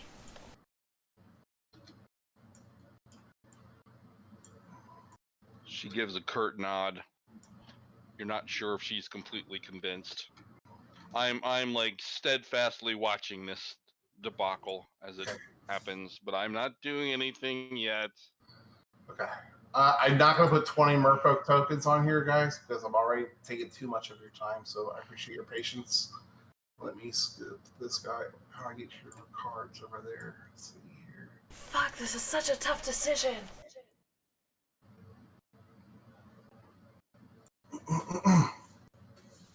I'm whispering fiercely, there are some leaders among them. This would be a blow at them that they would not soon forget. That is true. That's true. We could have just stuck him on a spike. Oh, guys, that's mean. I mean, he's a skeleton. Is that not gonna hurt him? It will. We just kind of drive it up between the rib bones. It'll look very convincing. Oh my god, that's amazing. I would you know what? Oh, I love that idea. But That is that's not here nor there. Not here nor there. Were you about to say let's retcon and do that? I love it, but no, I think this is pretty juicy what you guys have got yourselves into. All right. Well, we literally backed ourselves into a hole on I purpose. mean, that's true. Question. So, Yes. What creature is this? That's one of the scrags that was kind of going forward. Sorry. Have we seen that before? I'm not Yeah, seeing. we put it Yeah. with fire. I'm just seeing Yeah. black screen. Am I not on there yet? Let me see. Did I do something wrong? Let me see. You have 2 bar tokens Yeah. out. That's Oh, the thing sorry. that died and came back up. Yep. Sorry. Here we go. And we had to Asher. kill it with fire. Oh shit. That is a lot. All right. Okay, another logistical question. Sure. Yeah. Let me help you however I can. Has it been long enough? Has it been a new day? It is a new day, but you guys did not complete a long rest. Fuck. That's not good. We're talking early in the morning, the wee hours of the night. So Perfect. it's like 2 a.m. So the javelin would have reset What's the javelin say at the beginning of a new day? until words are not Next working this week. A new dawn? Yeah, Yeah, I think dawn would be more like 6 o'clock in the morning. cool. And Sorry. amulet is... God, I have to look at the actual things.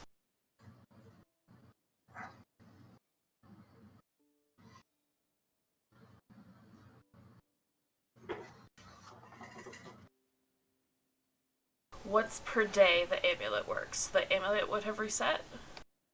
If it says once per day, yeah, that'd be fine. Cool. So that applies to your trident too there, Cronus, if there's something like but I think yours all just recharges. And so I should have all my luck points and they reset with a new day. Yeah. Okay. Is there anything anyone wants to do with the current information in front of them that you see them? They're going toward the light tunnel, Just, correct? just to recap, no. Right now, they've all swam down this, and the Sahagin priestess has pointed out the tunnel and is saying something to the other priestess in Sahagin, and it's very animated and And these are the priests, as I recall, the ones up here. Is that right? Yes, that's correct. What are these guys, the blue ones? Go ahead and make a history check. Could I Well, make a, I guess. make my own? What are you trying? Let's be a little bit more specific. What are you trying to know about these guys? How they fight? Are they Sahagin or are they something else? First off. So, without any, you don't need any checks. They are definitely Sahagin. Okay, then yeah, I would want to know what breed of Sahagin, because I know they're very hierarchical and have various breeds that do specific things. So I would be curious as to what they specifically are all about. That Sure. This one isn't like let me double check before I say that. Let me just make sure. Where you at, character sheet? And those are the ones with the. Oh no, you said the Scrag had the chains. The barons are the This one. one has a chain. The front baron is yanking all those prisoners along with it. All right. Sorry guys, that's a great question. I'm just trying to make sure I answer truthfully. Wait.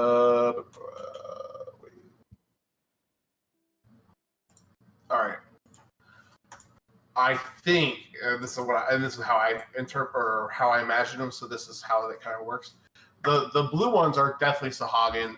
They're not necessarily specially breeded, but they do seem better equipped. You notice that they have blades, unlike the other Sahagins you've encountered with tridents.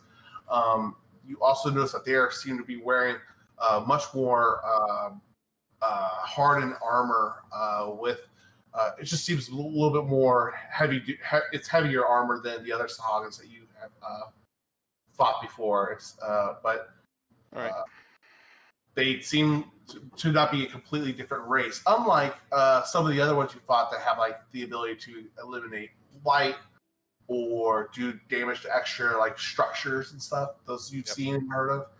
These are the same species, just of a different class. Is how. Yep. So what are they doing exactly? You said. Yep. All right. So if anyone wants to, so the Sahara. Yep. Go ahead. I think we should wake up the others. She nods again. I'll go and slowly, quietly wake up the others. Okay. As you go to wake up the others, Lorna, Asher, you're going to see the priestess pointing out the torch. The other priestess responding back at Sahagin. She shouts over to they shout at the two Sahagin with the blades drawn, and they say something in Sahagin, just quick, abrupt, or sorry guys, I messed it up. They say something to the Sahagin blade masters, It's quick and abrupt. The Sahagin pull the blades, point them at the miners, and say nothing. They look outward around the tunnel, just kind of eyes scanning the different tunnels and just trying to make something out. They don't see anything as of yet. It doesn't seem like, at least. And before no other word is said, the blade goes piercing through the miners. Two of them, a row to the two right here, right in front of them, and they just kill them outright. All right, that's it. I will be taking an action. At that, or okay, Well, I wake them up first, right? You woke them up. Maybe you do, maybe you don't. I They do. have those guys. You better start kicking them real fast because I'm doing some shit. That would have been. What's going on? They paused long enough to like look at the room and just execute, and then they were go. I can't. Well, Asher said they had an action at that point. So up to that point, you guys, I would say Laura would be successful at waking you all, at least, or getting you alert. Okay, something's happening, and I don't think Azure is going to stop. Oh boy, that's not good. Make a dexterity check, Laura, if you'd like. If you'd like to try to stop Asher before she does something. Uh-huh.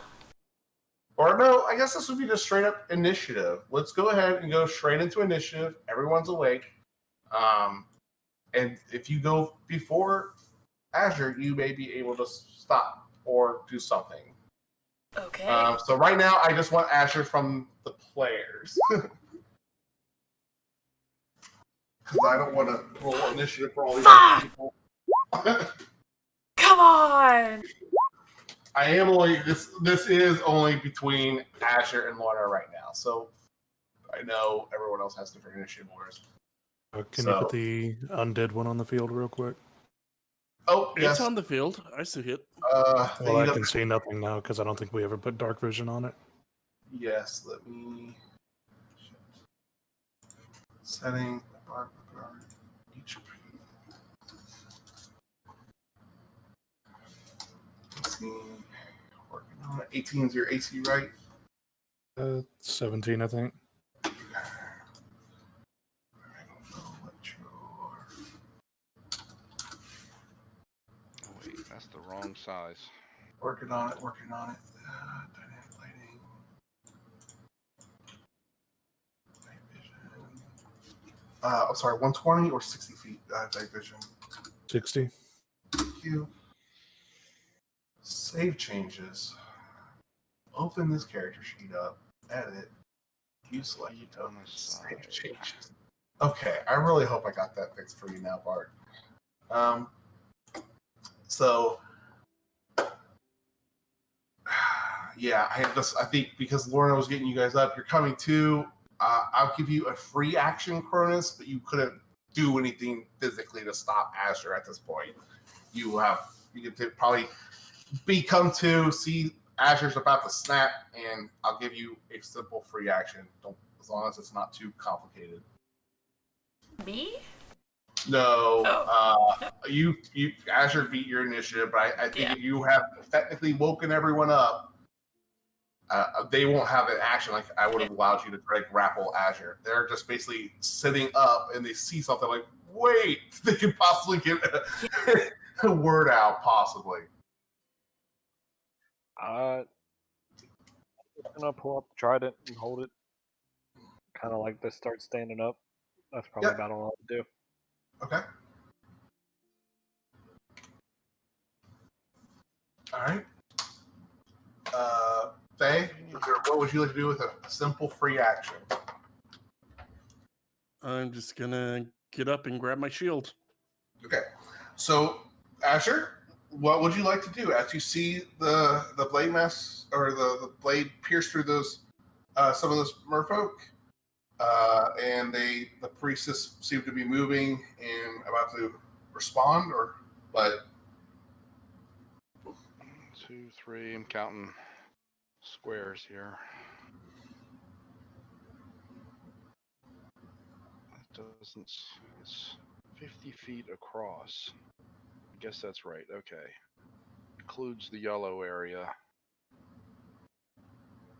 So I think I want to drop it there. All right. Yeah. Right there. And this is going to be wall of text. It's going to be that, and I am going for the whirlpool,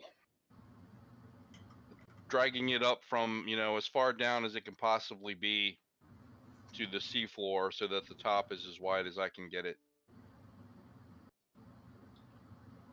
Okay. Shoot. How does that work? By wire at least 50 feet square apart and 25 feet deep, you can cause a whirlpool to form in the center of the area of the whirlpool.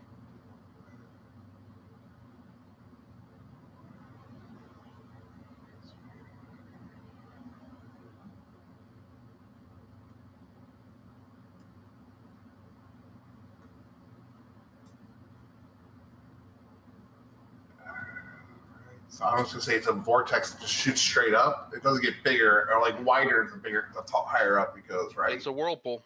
It starts out 5 feet wide at the base, 50 feet wide at the top, 25 feet tall. Oh, 50 feet or 5 feet at the base. It's 5 feet wide at the base, 50 feet. It's a cone. It's a big cone. Correct. So they're 5 feet off the ground. They're 5 feet off the ground, swimming, hovering kind of off the floor. You're placing it as low to the ground as possible. So, well, I mean, there's nothing saying I can't turn it over. So basically, I would probably try to turn it upside down, let the 5-foot part be near the ceiling, the 50-foot part be near the bottom, since they're closer to the bottom. I'm trying to maximize the number of them that are caught in it, because it doesn't really matter which way they get pulled. They're still going to be underwater one way or the other. It's just a question of them getting pulled in and taking some damage from it. Okay. Then if that's what you're gonna do, cast it like upside down so that 50-foot part lands on like that, then that makes sense. I will say in the future you will need to kind of say that. Otherwise, I'm just gonna say that you cast it just like you normally would. Well, I knew I was going to have to, because you said they weren't that far from the bottom. Okay. That's why I asked. That's fine. Just help me out with that so I don't have to make you go through this painful thing in the future. All right. So it's not going to matter until they enter it for the first time or start their turn there. So that's when it will take effect. But this is forming now. So forming now, yeah. All right. So at this point, we are definitely entering combat initiative. So let me go ahead and get some character sheets up here.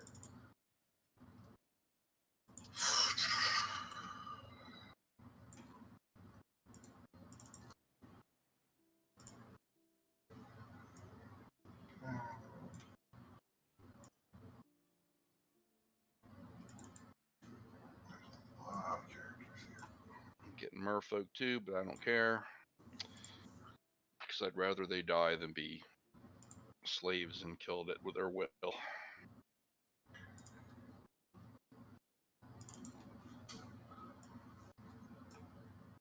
Okay, I think I got everyone. Oh, no, I didn't get him. All right. Okay, let's see here.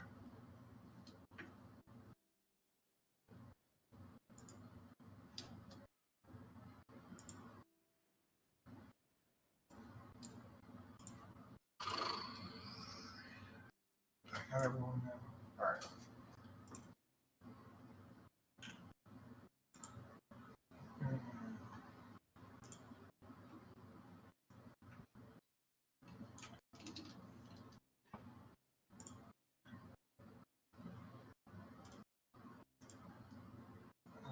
Here we go. Barons. This guy. This guy. Sorry, guys. A lot of different characters trying to do it quick as I can. All right. Champion, Baron. All good. This. Here's this guy. I always forget someone. I feel like. And then last but not least.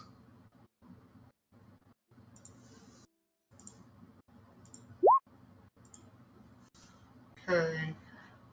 Alright. And I'm not going to do that because last time it fucked me over. Alright.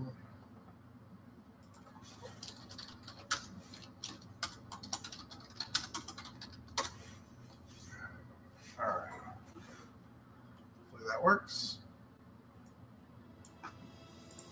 Alright, guys. Let's go to hit resort. Black Bart, you are up. You wait to see a whirlpool appear before you, towering down. It kind of looks like an upside down roof that's spinning out of control. Well, I'm gonna get up and unsheath both of his blades, I guess.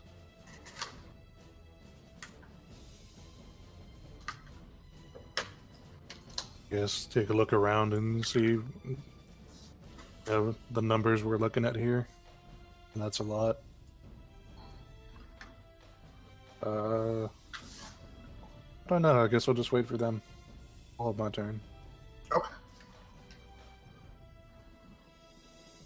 Carnus, what would you like to do as you snap out of your brief meditation? I would like to go ahead and summon a creature with the trident. Okay. Okay. You are summoning a creature with a trident. It will take a little time before it gets to you, but what would you like to do with this turn? For a bonus That would action, be used an action, yeah. So what would you like to do with your bonus action? I'm going to put a troll poison into my gauntlet. Okay. All right. Do you want to? Okay. Is there anything else for your turn? No. Okay. Faye, what would you like to do as you awake to this swirling tornado of water? Alright, so we are definitely doing this now. See what's going on. I am going to. Alright, I got a few that are. Oh, I can hit just about all of them. I'm going to. I'm gonna do Eldritch Blast on. Actually, first I am gonna bonus action cast Hex on this one. And that will be my last. Which one? Sorry, this one or this one? Oh, sorry, I didn't ping it. Oh, This one. Got it. Got it. And that's my last sorcerer slots. I didn't finish the long rest, but that's okay. I still got my warlock slots to fall back on later. Alright, I am now going to fire Eldritch Blast at him. Go for it. Alright.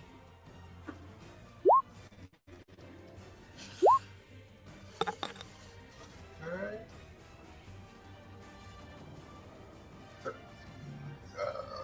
And I'm gonna hex his strength. 27 hits for 14 points of damage. Yep. Excuse me. Alright. So Azure, what would you like to do after you cast this raging tornado of water? Well, obviously maintain concentration on that. And we still have Baron up there. He's going to be a problem. So, bonus action, I'll drop a tentacle out here.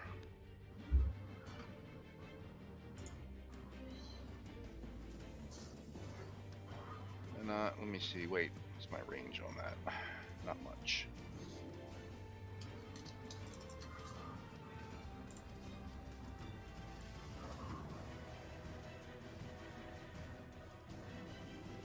And 60 feet.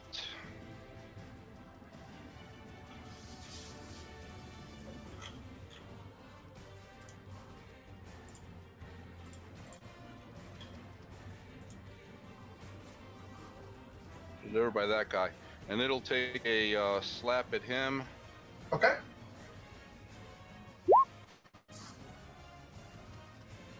24. 24 hits. 1 point of cold damage. His movement is reduced by 10. Okay. For my action, I will be doing some Eldritch Blasts at this Baron up here. Okay. Go for it. Alright. Sheet, sorry. That is a miss. Okay. Hopefully that's it. That is a hit. For 6 points of force damage. Minimum damage. And other than that, I just stay where I am and maintain concentration. That's it. Alright. So let me resolve what the priestesses have to resolve first. They have to make a strength save first to see if they can stay out of it, or a dex save. And it is a strength save. Let's move away from the fortune. So strength save first to see if they get hit by it. To see if you're caught in the vortex. Okay, so here we go. Strength, that should be there. That's actually not as bad as I thought it was going to be. So, no advantage, obviously. I just don't know what's the first one. 5, so the one fails. Well, what's the DC? I'm sorry, 18? 18. Oh, sorry, 18, right? Yep. Thank you. So they both fail, which means they got to do what now? They take how much damage? And they are pulled into the center by 10 feet. Taking 11 damage, and they are pulled. Caught in the vortex.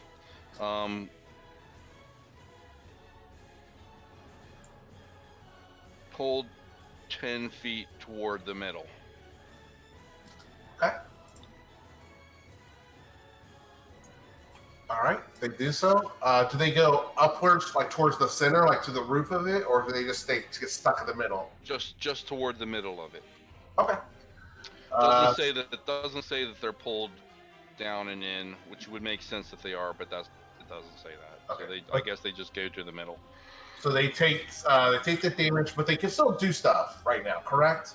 They failed the save. They're caught in it, which means that they can try to use their action to swim away from it, but that's a strength/athletics check against my spell save, and they're at disadvantage to do so. They can swim away from Otherwise, I don't think there's any real restrictions on what they can do, besides the fact they're taking damage and it might ruin concentration or something. Yeah, otherwise they just risk taking damage each turn. So they could do other stuff, but they're just basically going to say, okay, I'm taking damage next turn again. Okay. That's on more. Thank you, Joe Soul. And you got a couple other people in it too. This guy's in it. He's on the edge. And then you got you got this guy, of course, and then a bunch of the merfolk if you care. Yeah, they should all be in there. Yeah, they're all in it. I was just missing the Scrag and the merfolk, so I got both of those things now. Okay. I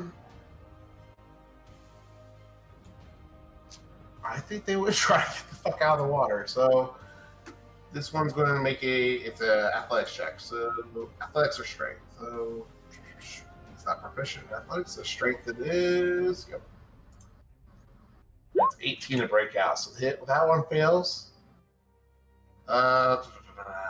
This one is going to try, but it's also going to say something.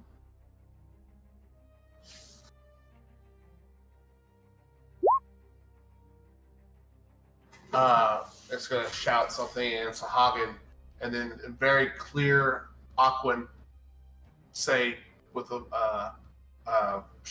loud enough so those that they think is in the area can hear, kill them all, and then that's going to end its turn. Lorna, it's your turn. Oh, fuck you guys. You got a barbarian swimming in water with no range. This is great. Well, you said you had one left. No. Range, not rage. But yes, I only have one left. So. She's going to swim up. She has to. Okay. If she swims down and on an angle towards that guy with 40 feet, she'll be able to make it. I don't She know has what 60 feet total, so. That's math, and it probably isn't, but let's see. How far away are you? Let's see. It's definitely not a straight shot. Hold on. Maybe. That's 40. How far up are we? You're 60 feet up from the ground, right? That's what we were said earlier. Yeah. I had that all written down before.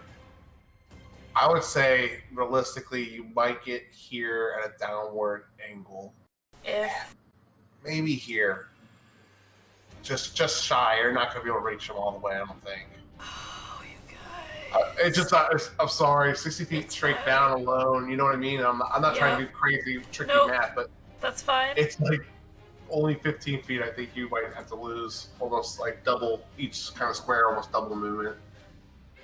Okay, with I got the hypotenuse calculator. So if I'm up 60 and over 60 to this guy, I will be able to make it with my dash. Okay, yeah, that makes sense because that's about it would be about 120 feet that you're moving through at that angle. So you are good with the dash. I will. Fuck! You're I gotta not rage. raging. Wow. Oh, you are raging. Okay. I have to rage. But if Flotsam comes and it's just...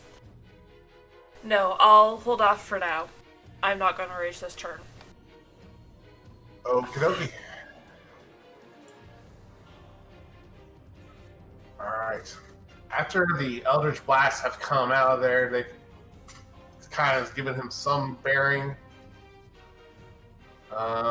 What's his dark vision at? Let me see real quick.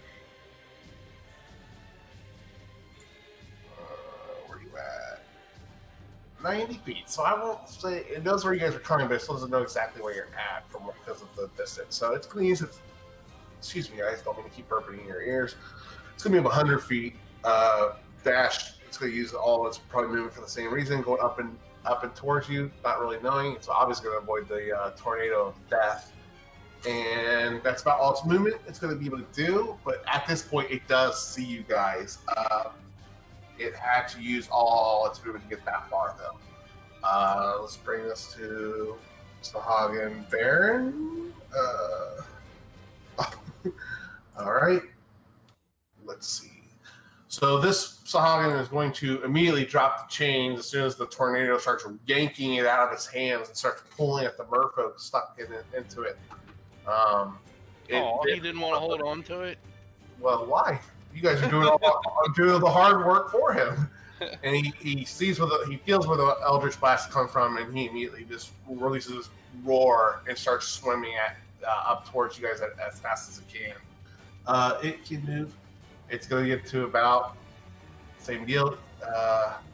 Will it use its dash though? 25. He's not going to throw his only weapon at you. He's going to use his dash to get up, swim up to you guys for the direction you guys are all at. This Sahagin. Did he swim into the radius of the whirlpool? No. Well, let's see here. Where was he? Right here? Let's see. You're probably right. I'm probably there. He can get that far. So he got up that far then.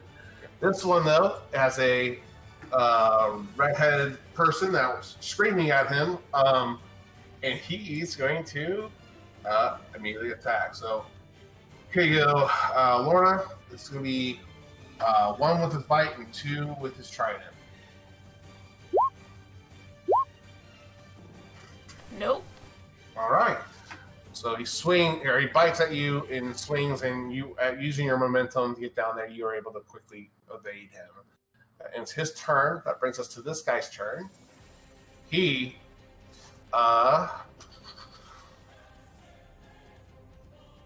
Let's do this guy's save first. Let's see. Blade Master. So he needs to do a strength save. Here we go. That's a fail. So he gets pulled in 10 feet. And by the way, I read that wrong. It actually says any creature or object in the water and within 25 feet of the vortex is pulled 10 feet toward it. There is no save. If you're in that radius at all, you're going to be pulled 10 feet in, even if you're not caught, apparently. It's just a question of whether if you're caught, then you'll be taking damage. But anybody that's in it is going to get pulled in, and they still have to make the roll to try be able to swim away. Get out of it. So it'll trap them even if they're not. So the strength is just to see if you take damage. So, Right. All right. So he failed, so he's going to take the damage. So what's the damage he gets?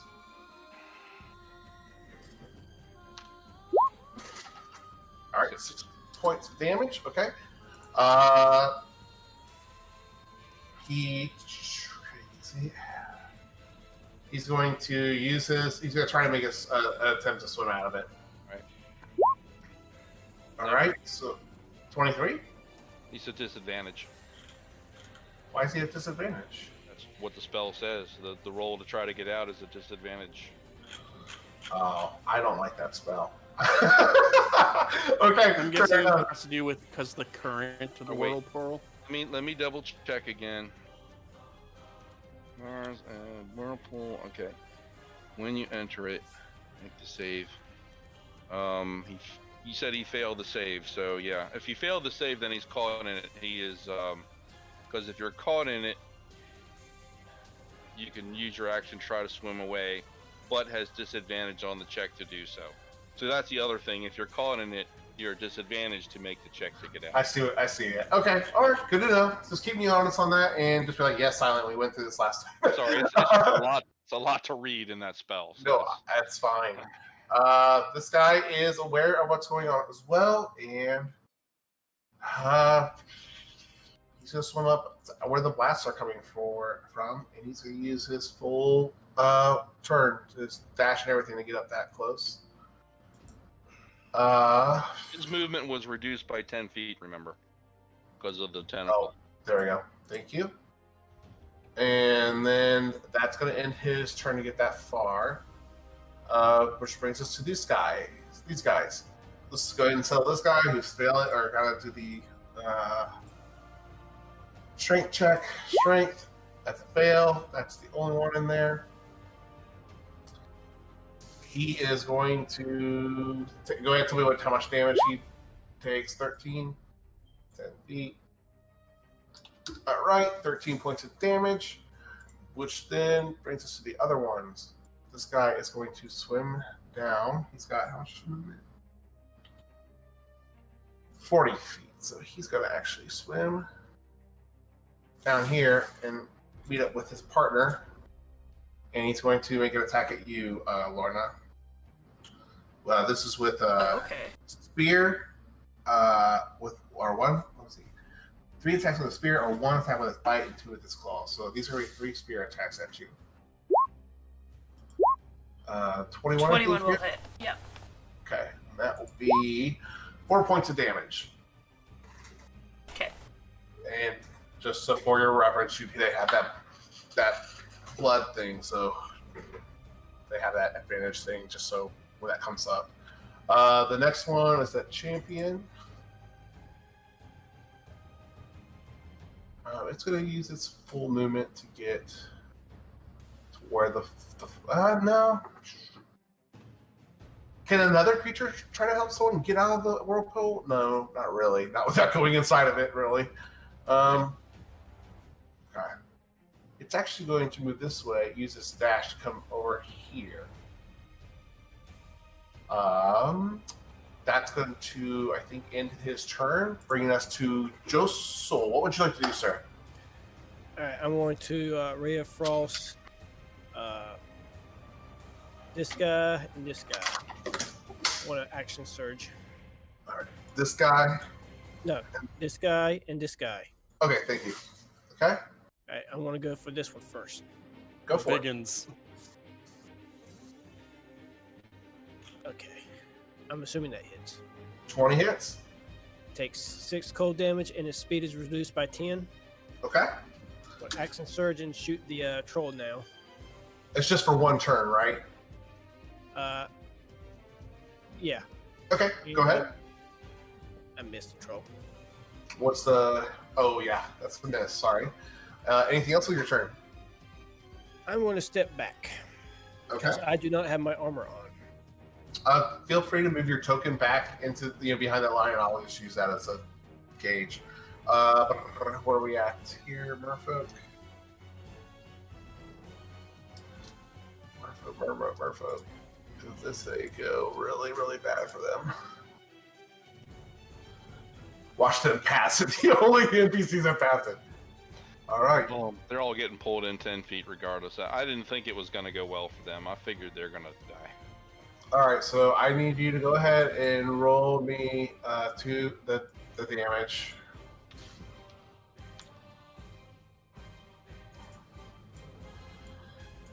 It gets way worse.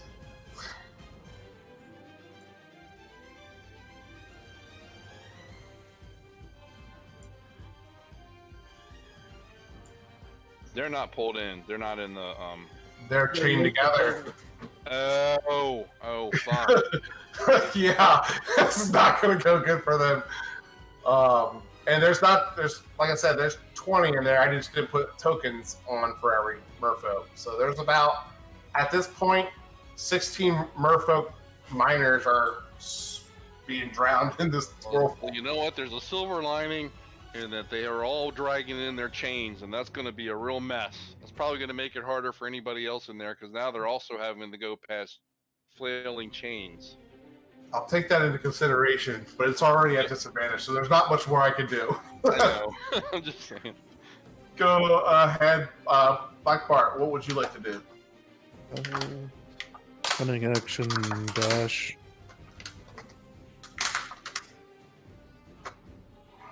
What's your movement speed?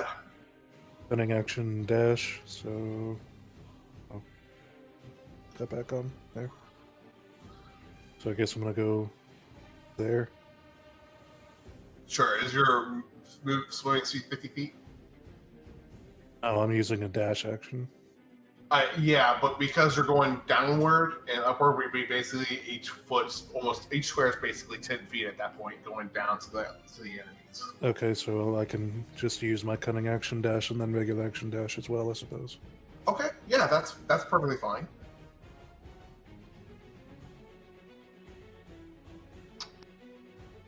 Yeah, you can make it there. Okay. That's pretty much your turn, unless I'm not thinking of something. Is there anything else? Nope. All right, Cronus, it's up to you, sir. What would you like to do? All right.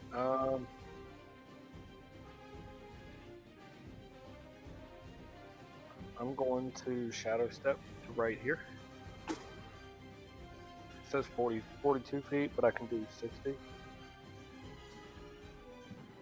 What? Say that one more time to me. I said, it's about 40 feet. That's how far I'm going to shadow step. Okay, so you can move 40 feet directly out, but not descending. So if you're doing shadow step 40 feet, it's basically you're shadow stepping 20 feet away from you, and X to Y. Yeah, I can shadow step up to Up to how far? 60. Up to 60? So yeah, you could shadow step out to right here. Heading downward. Obviously, if you're going straight across, you go further, but if you're going downward, it's 30 feet. Okay. Let me do this. I'm going to... So I got 50 feet of swimming speed. So that'll put me, about right here if I'm going downwards and out? Oh, further. I think we get right there. Alright, and then I will shadow step Okay, go for it. to get a little further. Yeah, you can do it. Yeah, you can do that. You're trying to get to this guy right here? Nope. Perfect. Anything else? And then I'm going to use Dragon Fear. Okay, go for it. What's the wisdom save? 13. Right. That's one wisdom save.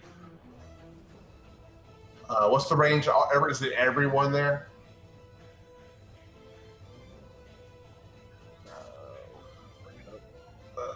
Range of 30 feet.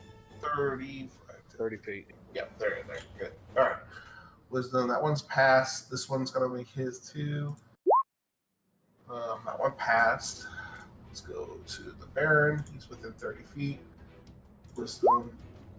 Let's go to the, what's the next one? What's this guy again?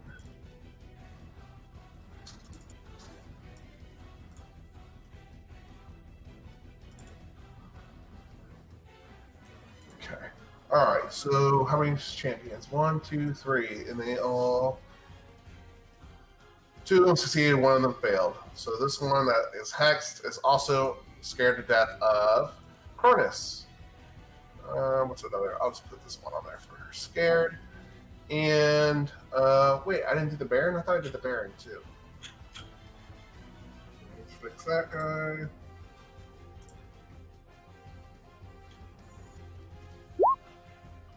Okay. Wait, not initiative. What the hell am I doing?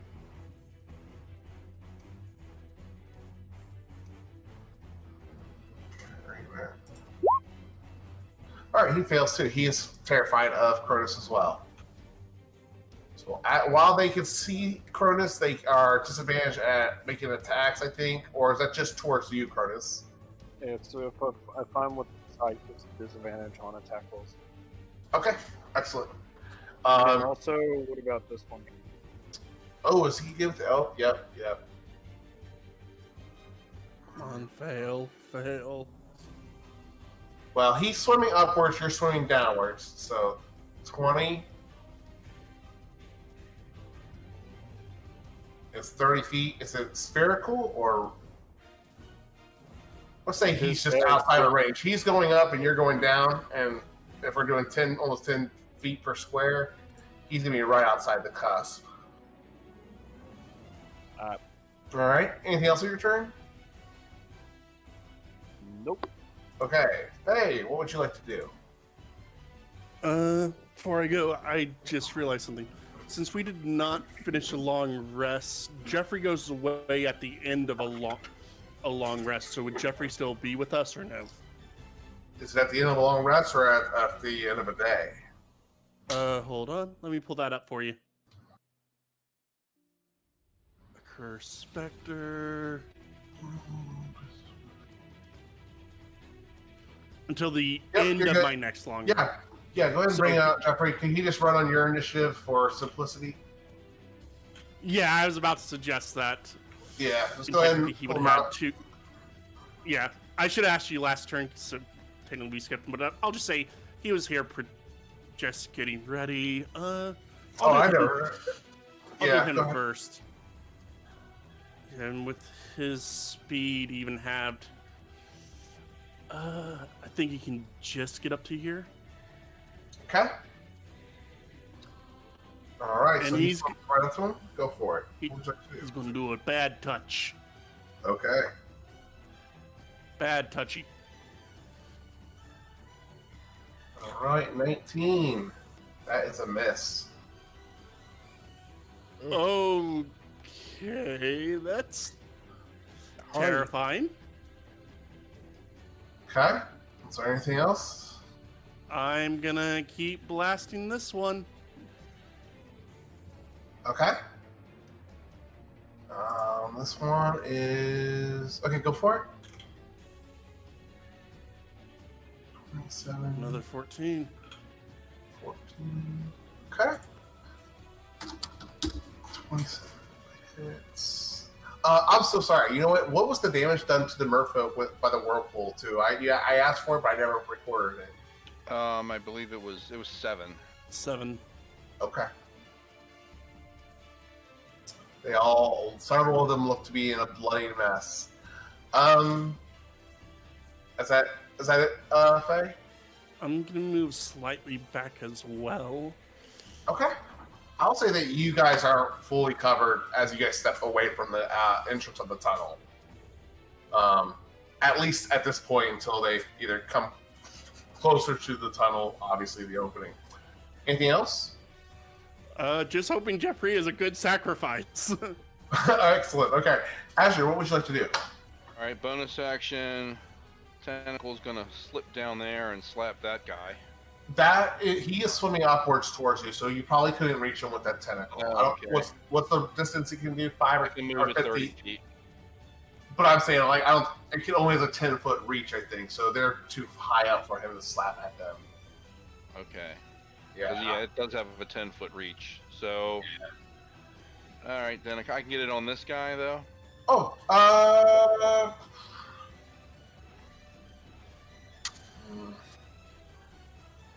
No. Actually, because of Cronus's roar couldn't reach him, that wouldn't be able to reach him either. He's again swimming. What altitude was he at when I hit him the first time? Because I was at his altitude at that point when it hit him over here. You struck him when he was on the ground next to the slaves. Then he starts swimming out towards the tunnels. Right. Yeah. And his movement was impeded by 10 feet. So did he get? He did the first one. Yep, he did the first one. So, yeah, he's be almost 30-some feet up in the air, up in the water by that point. All right, then how about this guy? Yeah, he's down there. He's right there. He swam over. He looks to be his conditions. I can barely see the token. Let's see. I'll add to his dismay. So Okay. yeah, slap at him, 25 to hit. That hits. 3 points of cold damage, and his movement is 10 feet slower. Okay, and that's just for one turn, right? For one turn until the start of my next turn. And Okay. then over here, stay coming up at me. I don't like that. They are going to be the recipients of a lightning bolt. Excellent. Which ones is this hitting? The Baron and the Troll. Baron and the Troll. Okay, so that's 20 points of damage. There's no save, right? There's a dex save. Okay, got it. Baron, Dex, and Scrag. Let me get where you at? Dex, there you are. Both fail, so Fail. they take the full damage, 20 points. 26. 26. Thank you. And then I am moving. Sorry, just want to make sure I got the right one. This one right here, right? No, Oh, sorry, Baron and Scrag. the Troll. Scrag. Sorry. guys. Okay. All right. Too much going on in too many places here. All right, cool. I moved. And that's it. All right. The priestesses are kind of stuck in there still, but they get to. So They don't have to they had start. failed their saves before, so they are going to be taking the damage. So do they try to save again, or now are they just in there each turn? Oh, they failed their save. They are caught. At this point, they are just having Taking to make damage till they roll escape. advantage to try to get out. Yeah, it sucks. Once you're Yeah. caught in there, you're disadvantaged to get Sure. out, and every turn you're just going to keep getting Okay. blood to death. It's a horrible spell. Yeah, go ahead and give me the damage. Let's see what it is. Okay, 7 more points of damage. They need to make both athletics checks to get out of there, or strength. Let me record the damage just so I don't forget real quick. +7. All right, here we go. 2 strength checks. Coming up. 8. Ooh, the one does make it. And it's difficult terrain to swim out, correct? He's at disadvantage, remember, because of just the way the spell is worded. He Yeah. had failed to save. He's caught. He only rolled a 6, actually. That's right. Sorry. Yep, I got excited. Okay, so you get pulled closer into the center. There we go. Say it's difficult terrain, but you didn't make the save, so you can't swim away. It's basically Do they get pulled in still more, or can they stay where they're at after they get sucked in the first time? Well, I was reading it over and over again. I think that they're getting pulled in. That makes sense to me. That's what a whirlpool does. Okay, Lorna, your turn. Sorry for the delay, guys. Trying to figure out all this new spells. No worries. I am going to Reckless Great Weapon Master this guy. What's the status effect on him? He is feared right now. Okay. Frightened. That's fine. I will Reckless Great Weapon Master him. Okay. 22. 22. That is a hit. For 22 slashing damage. Extra attack, I will do the same thing. Go for it. For another 22. That For hits. another 19 damage on him. Okay. With crap damage, but All right. not bad. Oh, so you get to make 2 wisdom saving throws to break the fear. Oh, every time they take damage? Okay. Whoops. Wisdom. That's a pass. That's a Ah. fail. But it's Sorry. okay. Pass the first time. Sorry. That's okay. Your turn. Oh, it wasn't anything you. else? It was Cronus. I know, but I said it's okay. All right. Anything else, Lorna? No. Okay.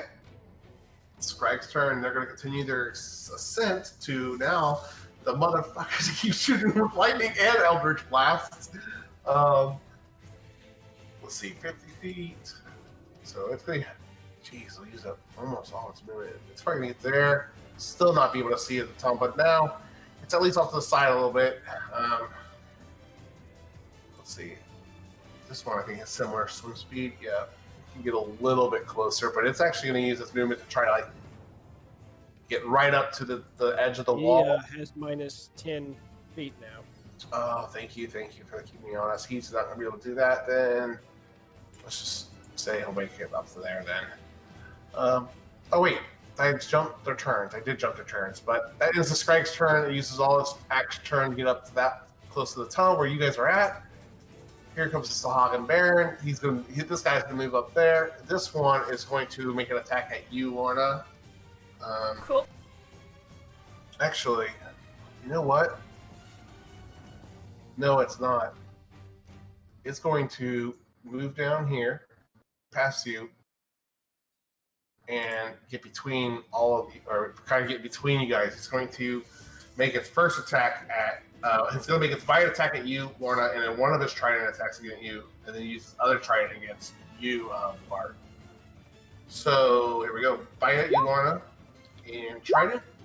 Both miss. Here we go, Bart. You have not taken any damage yet, right, Bart? No, Okay. All right. 18 is a miss or a hit. that's a hit. Okay. It's for 17 points of piercing damage. Go ahead and use the uncanny dodge. Okay. Half of that. So is that looking at 8? Is that looking at 9 or 18? I mean 9 or 8. You're going to go with 8. Sorry. Okay. Okay. That's going to end its turn. Getting up there. What's its reach? All right, it is 5 feet. Okay, that's good. That's good. In its turn, bring us to this guy's turn. He's going to immediately. This was all the guy that's in the whirlpool. Does he have to make another save? He was caught, right? I think, yeah, he was one of the ones that were Once you're caught. caught, you're caught. You don't get a save anymore. You're caught until the end of the spell. Can he now? Does he have to swim out, or but we decided No, he he can't swim. doesn't have to. You can just sit in there and keep getting bashed every round if you want to. You see him struggle for a minute in anger. Well, actually, you probably don't see it because you're back in the tunnel. But anyone else that's out of the tunnel that is able to see him would see that he is going to struggle for a moment, but calming himself, he kind of glares at where the spell originated from, and he begins to stab the miners around him, slaying them as they swirl around his head. Well, he's taken 12 points for his trouble since he wants to sit in the whirlpool. The water just beat him to death.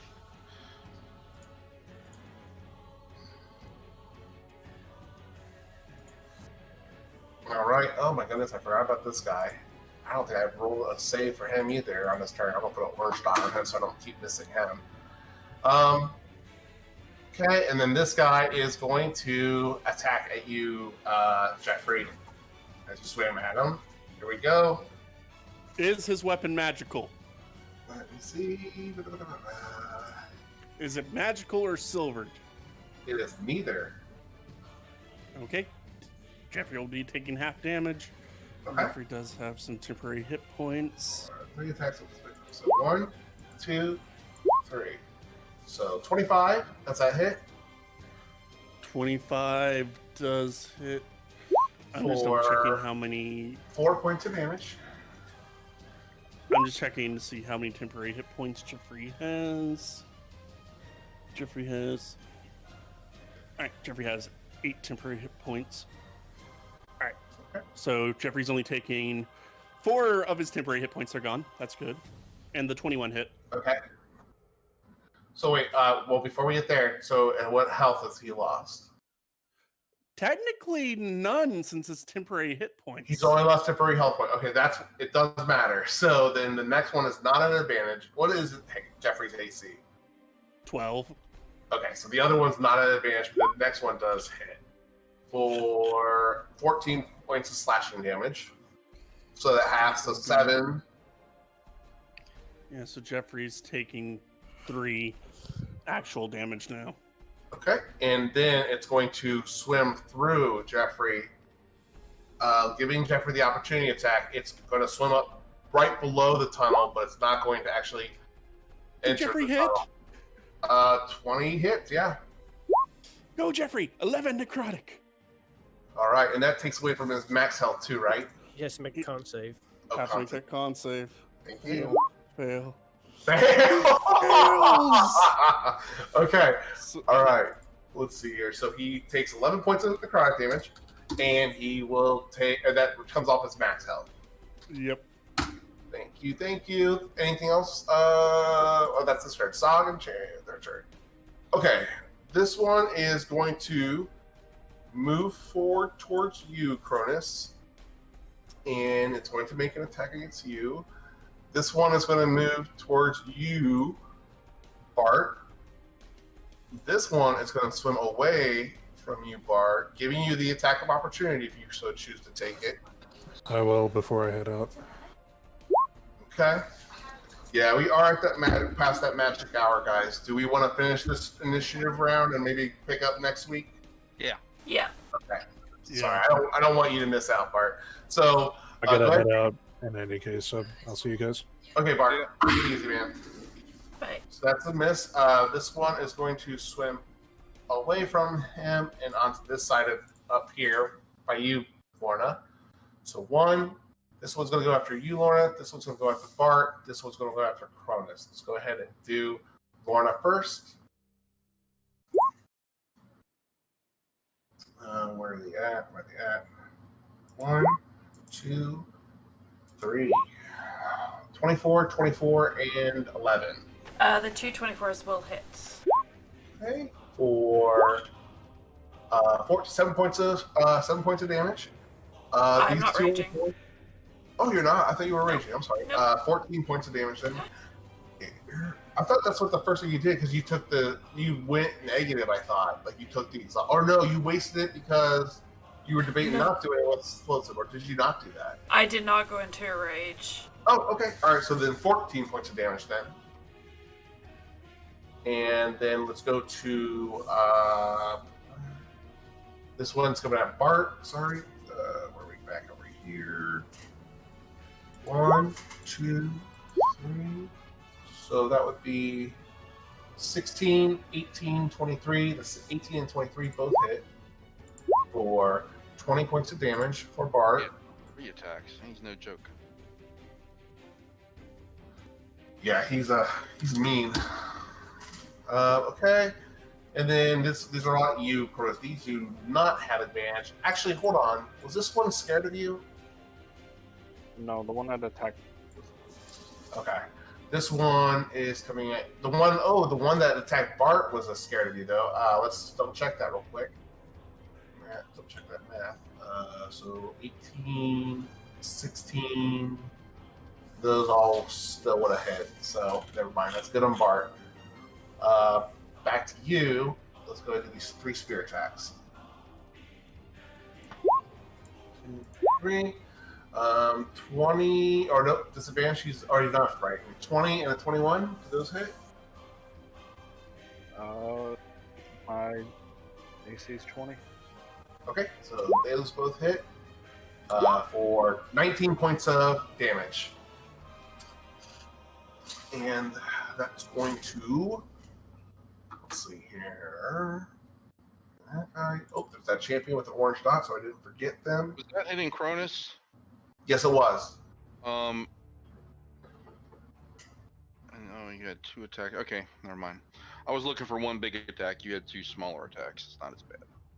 Yeah, you would have a hard time probably seeing him being backed up into the tunnel. Yeah, you're and right. him being on the ground.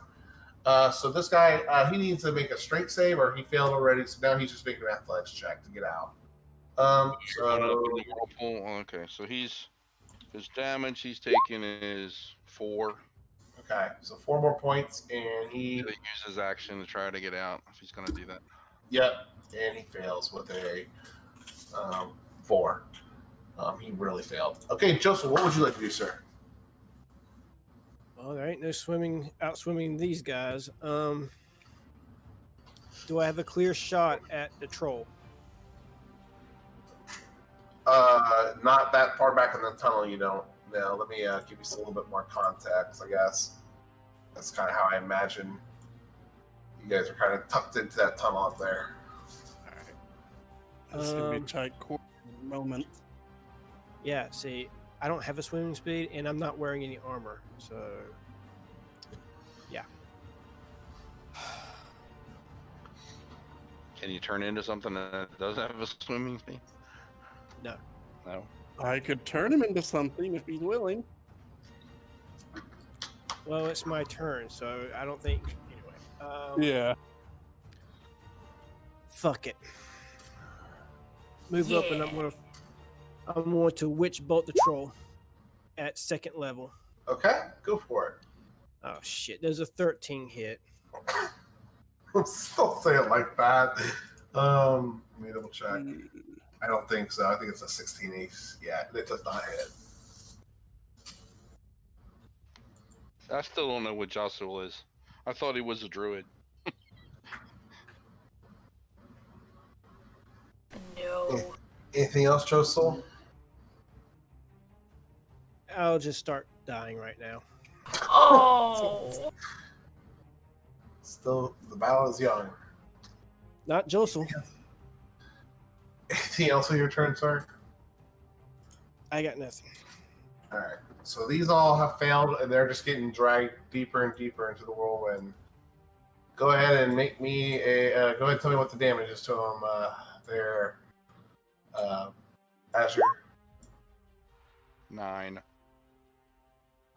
All right. This one has passed. This one has passed. This one passed. Okay. That one's still hanging on. Those 2 are still hanging on, but they're getting pulled in inevitably to the center. That brings us to Bart, which is going to bring us to the top of the initiative. And I think that's where we're going to pause for tonight, guys. Okay. I will say a silent prayer to the gods of the merfolk. Your sacrifice is not in vain. Well, it probably is, but I will say it isn't. Oh, man. That got really out of hand quick. Uh-huh. I was like, and then it's like, all right, that's going to trigger an action. I'm like, I know you kept throwing stuff in there and stuff swimming by, and we're like, no, we're sitting in a hole. Something else happens. No, we're sitting in the hole. They swim back. No, we're sitting in the hole. And I was like, finally, when this came around, I'm like, all right, I am I'm throwing you the bone. You're really trying to get us out of this damn hole. And those guys started killing the merfolk. I'm like, no, that's it. I'm not going to put up with Well, it wasn't just that. No, you guys, I actually like this plan because it's depending on how you guys, it was, there are ramifications from the decision to stay in the hole, and I'm not sure if they're good or bad yet. But the bad thing is the fact that you guys pretty much hit it on the nose. They were taking slaves back to the outpost, so nobody was there. And that was a basically great everyone- tactic. They sit out there and they just started stabbing them. I was like, oh, you dicks. I was like, can't stand it anymore. They're just going to sit out there and start stabbing them. I was like, oh, that's like the worst possible So I couldn't put up with it anymore. Well- That would be completely just. I'm not even good aligned, but even I thought that's just wrong. I thought you guys were going to jump them when they were bolting back. I was like, certainly they must know that they're alarmed. Yeah, that was just a couple of scrags and a priest or two. It's like, That- We probably should have. probably should have. Faye wanted to, but Faye was kind of falling asleep. Yeah. Yeah.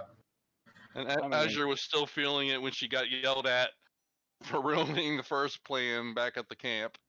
So now she was like, I really. So yeah, finally it was just too much. I couldn't stand it anymore. She had to do something. I'd No. rather watch them have them die like what she considers more or less a clean death than to be This- tortured and killed like that. This is No, by no I- means clean. Cleaner. They're bludgeoned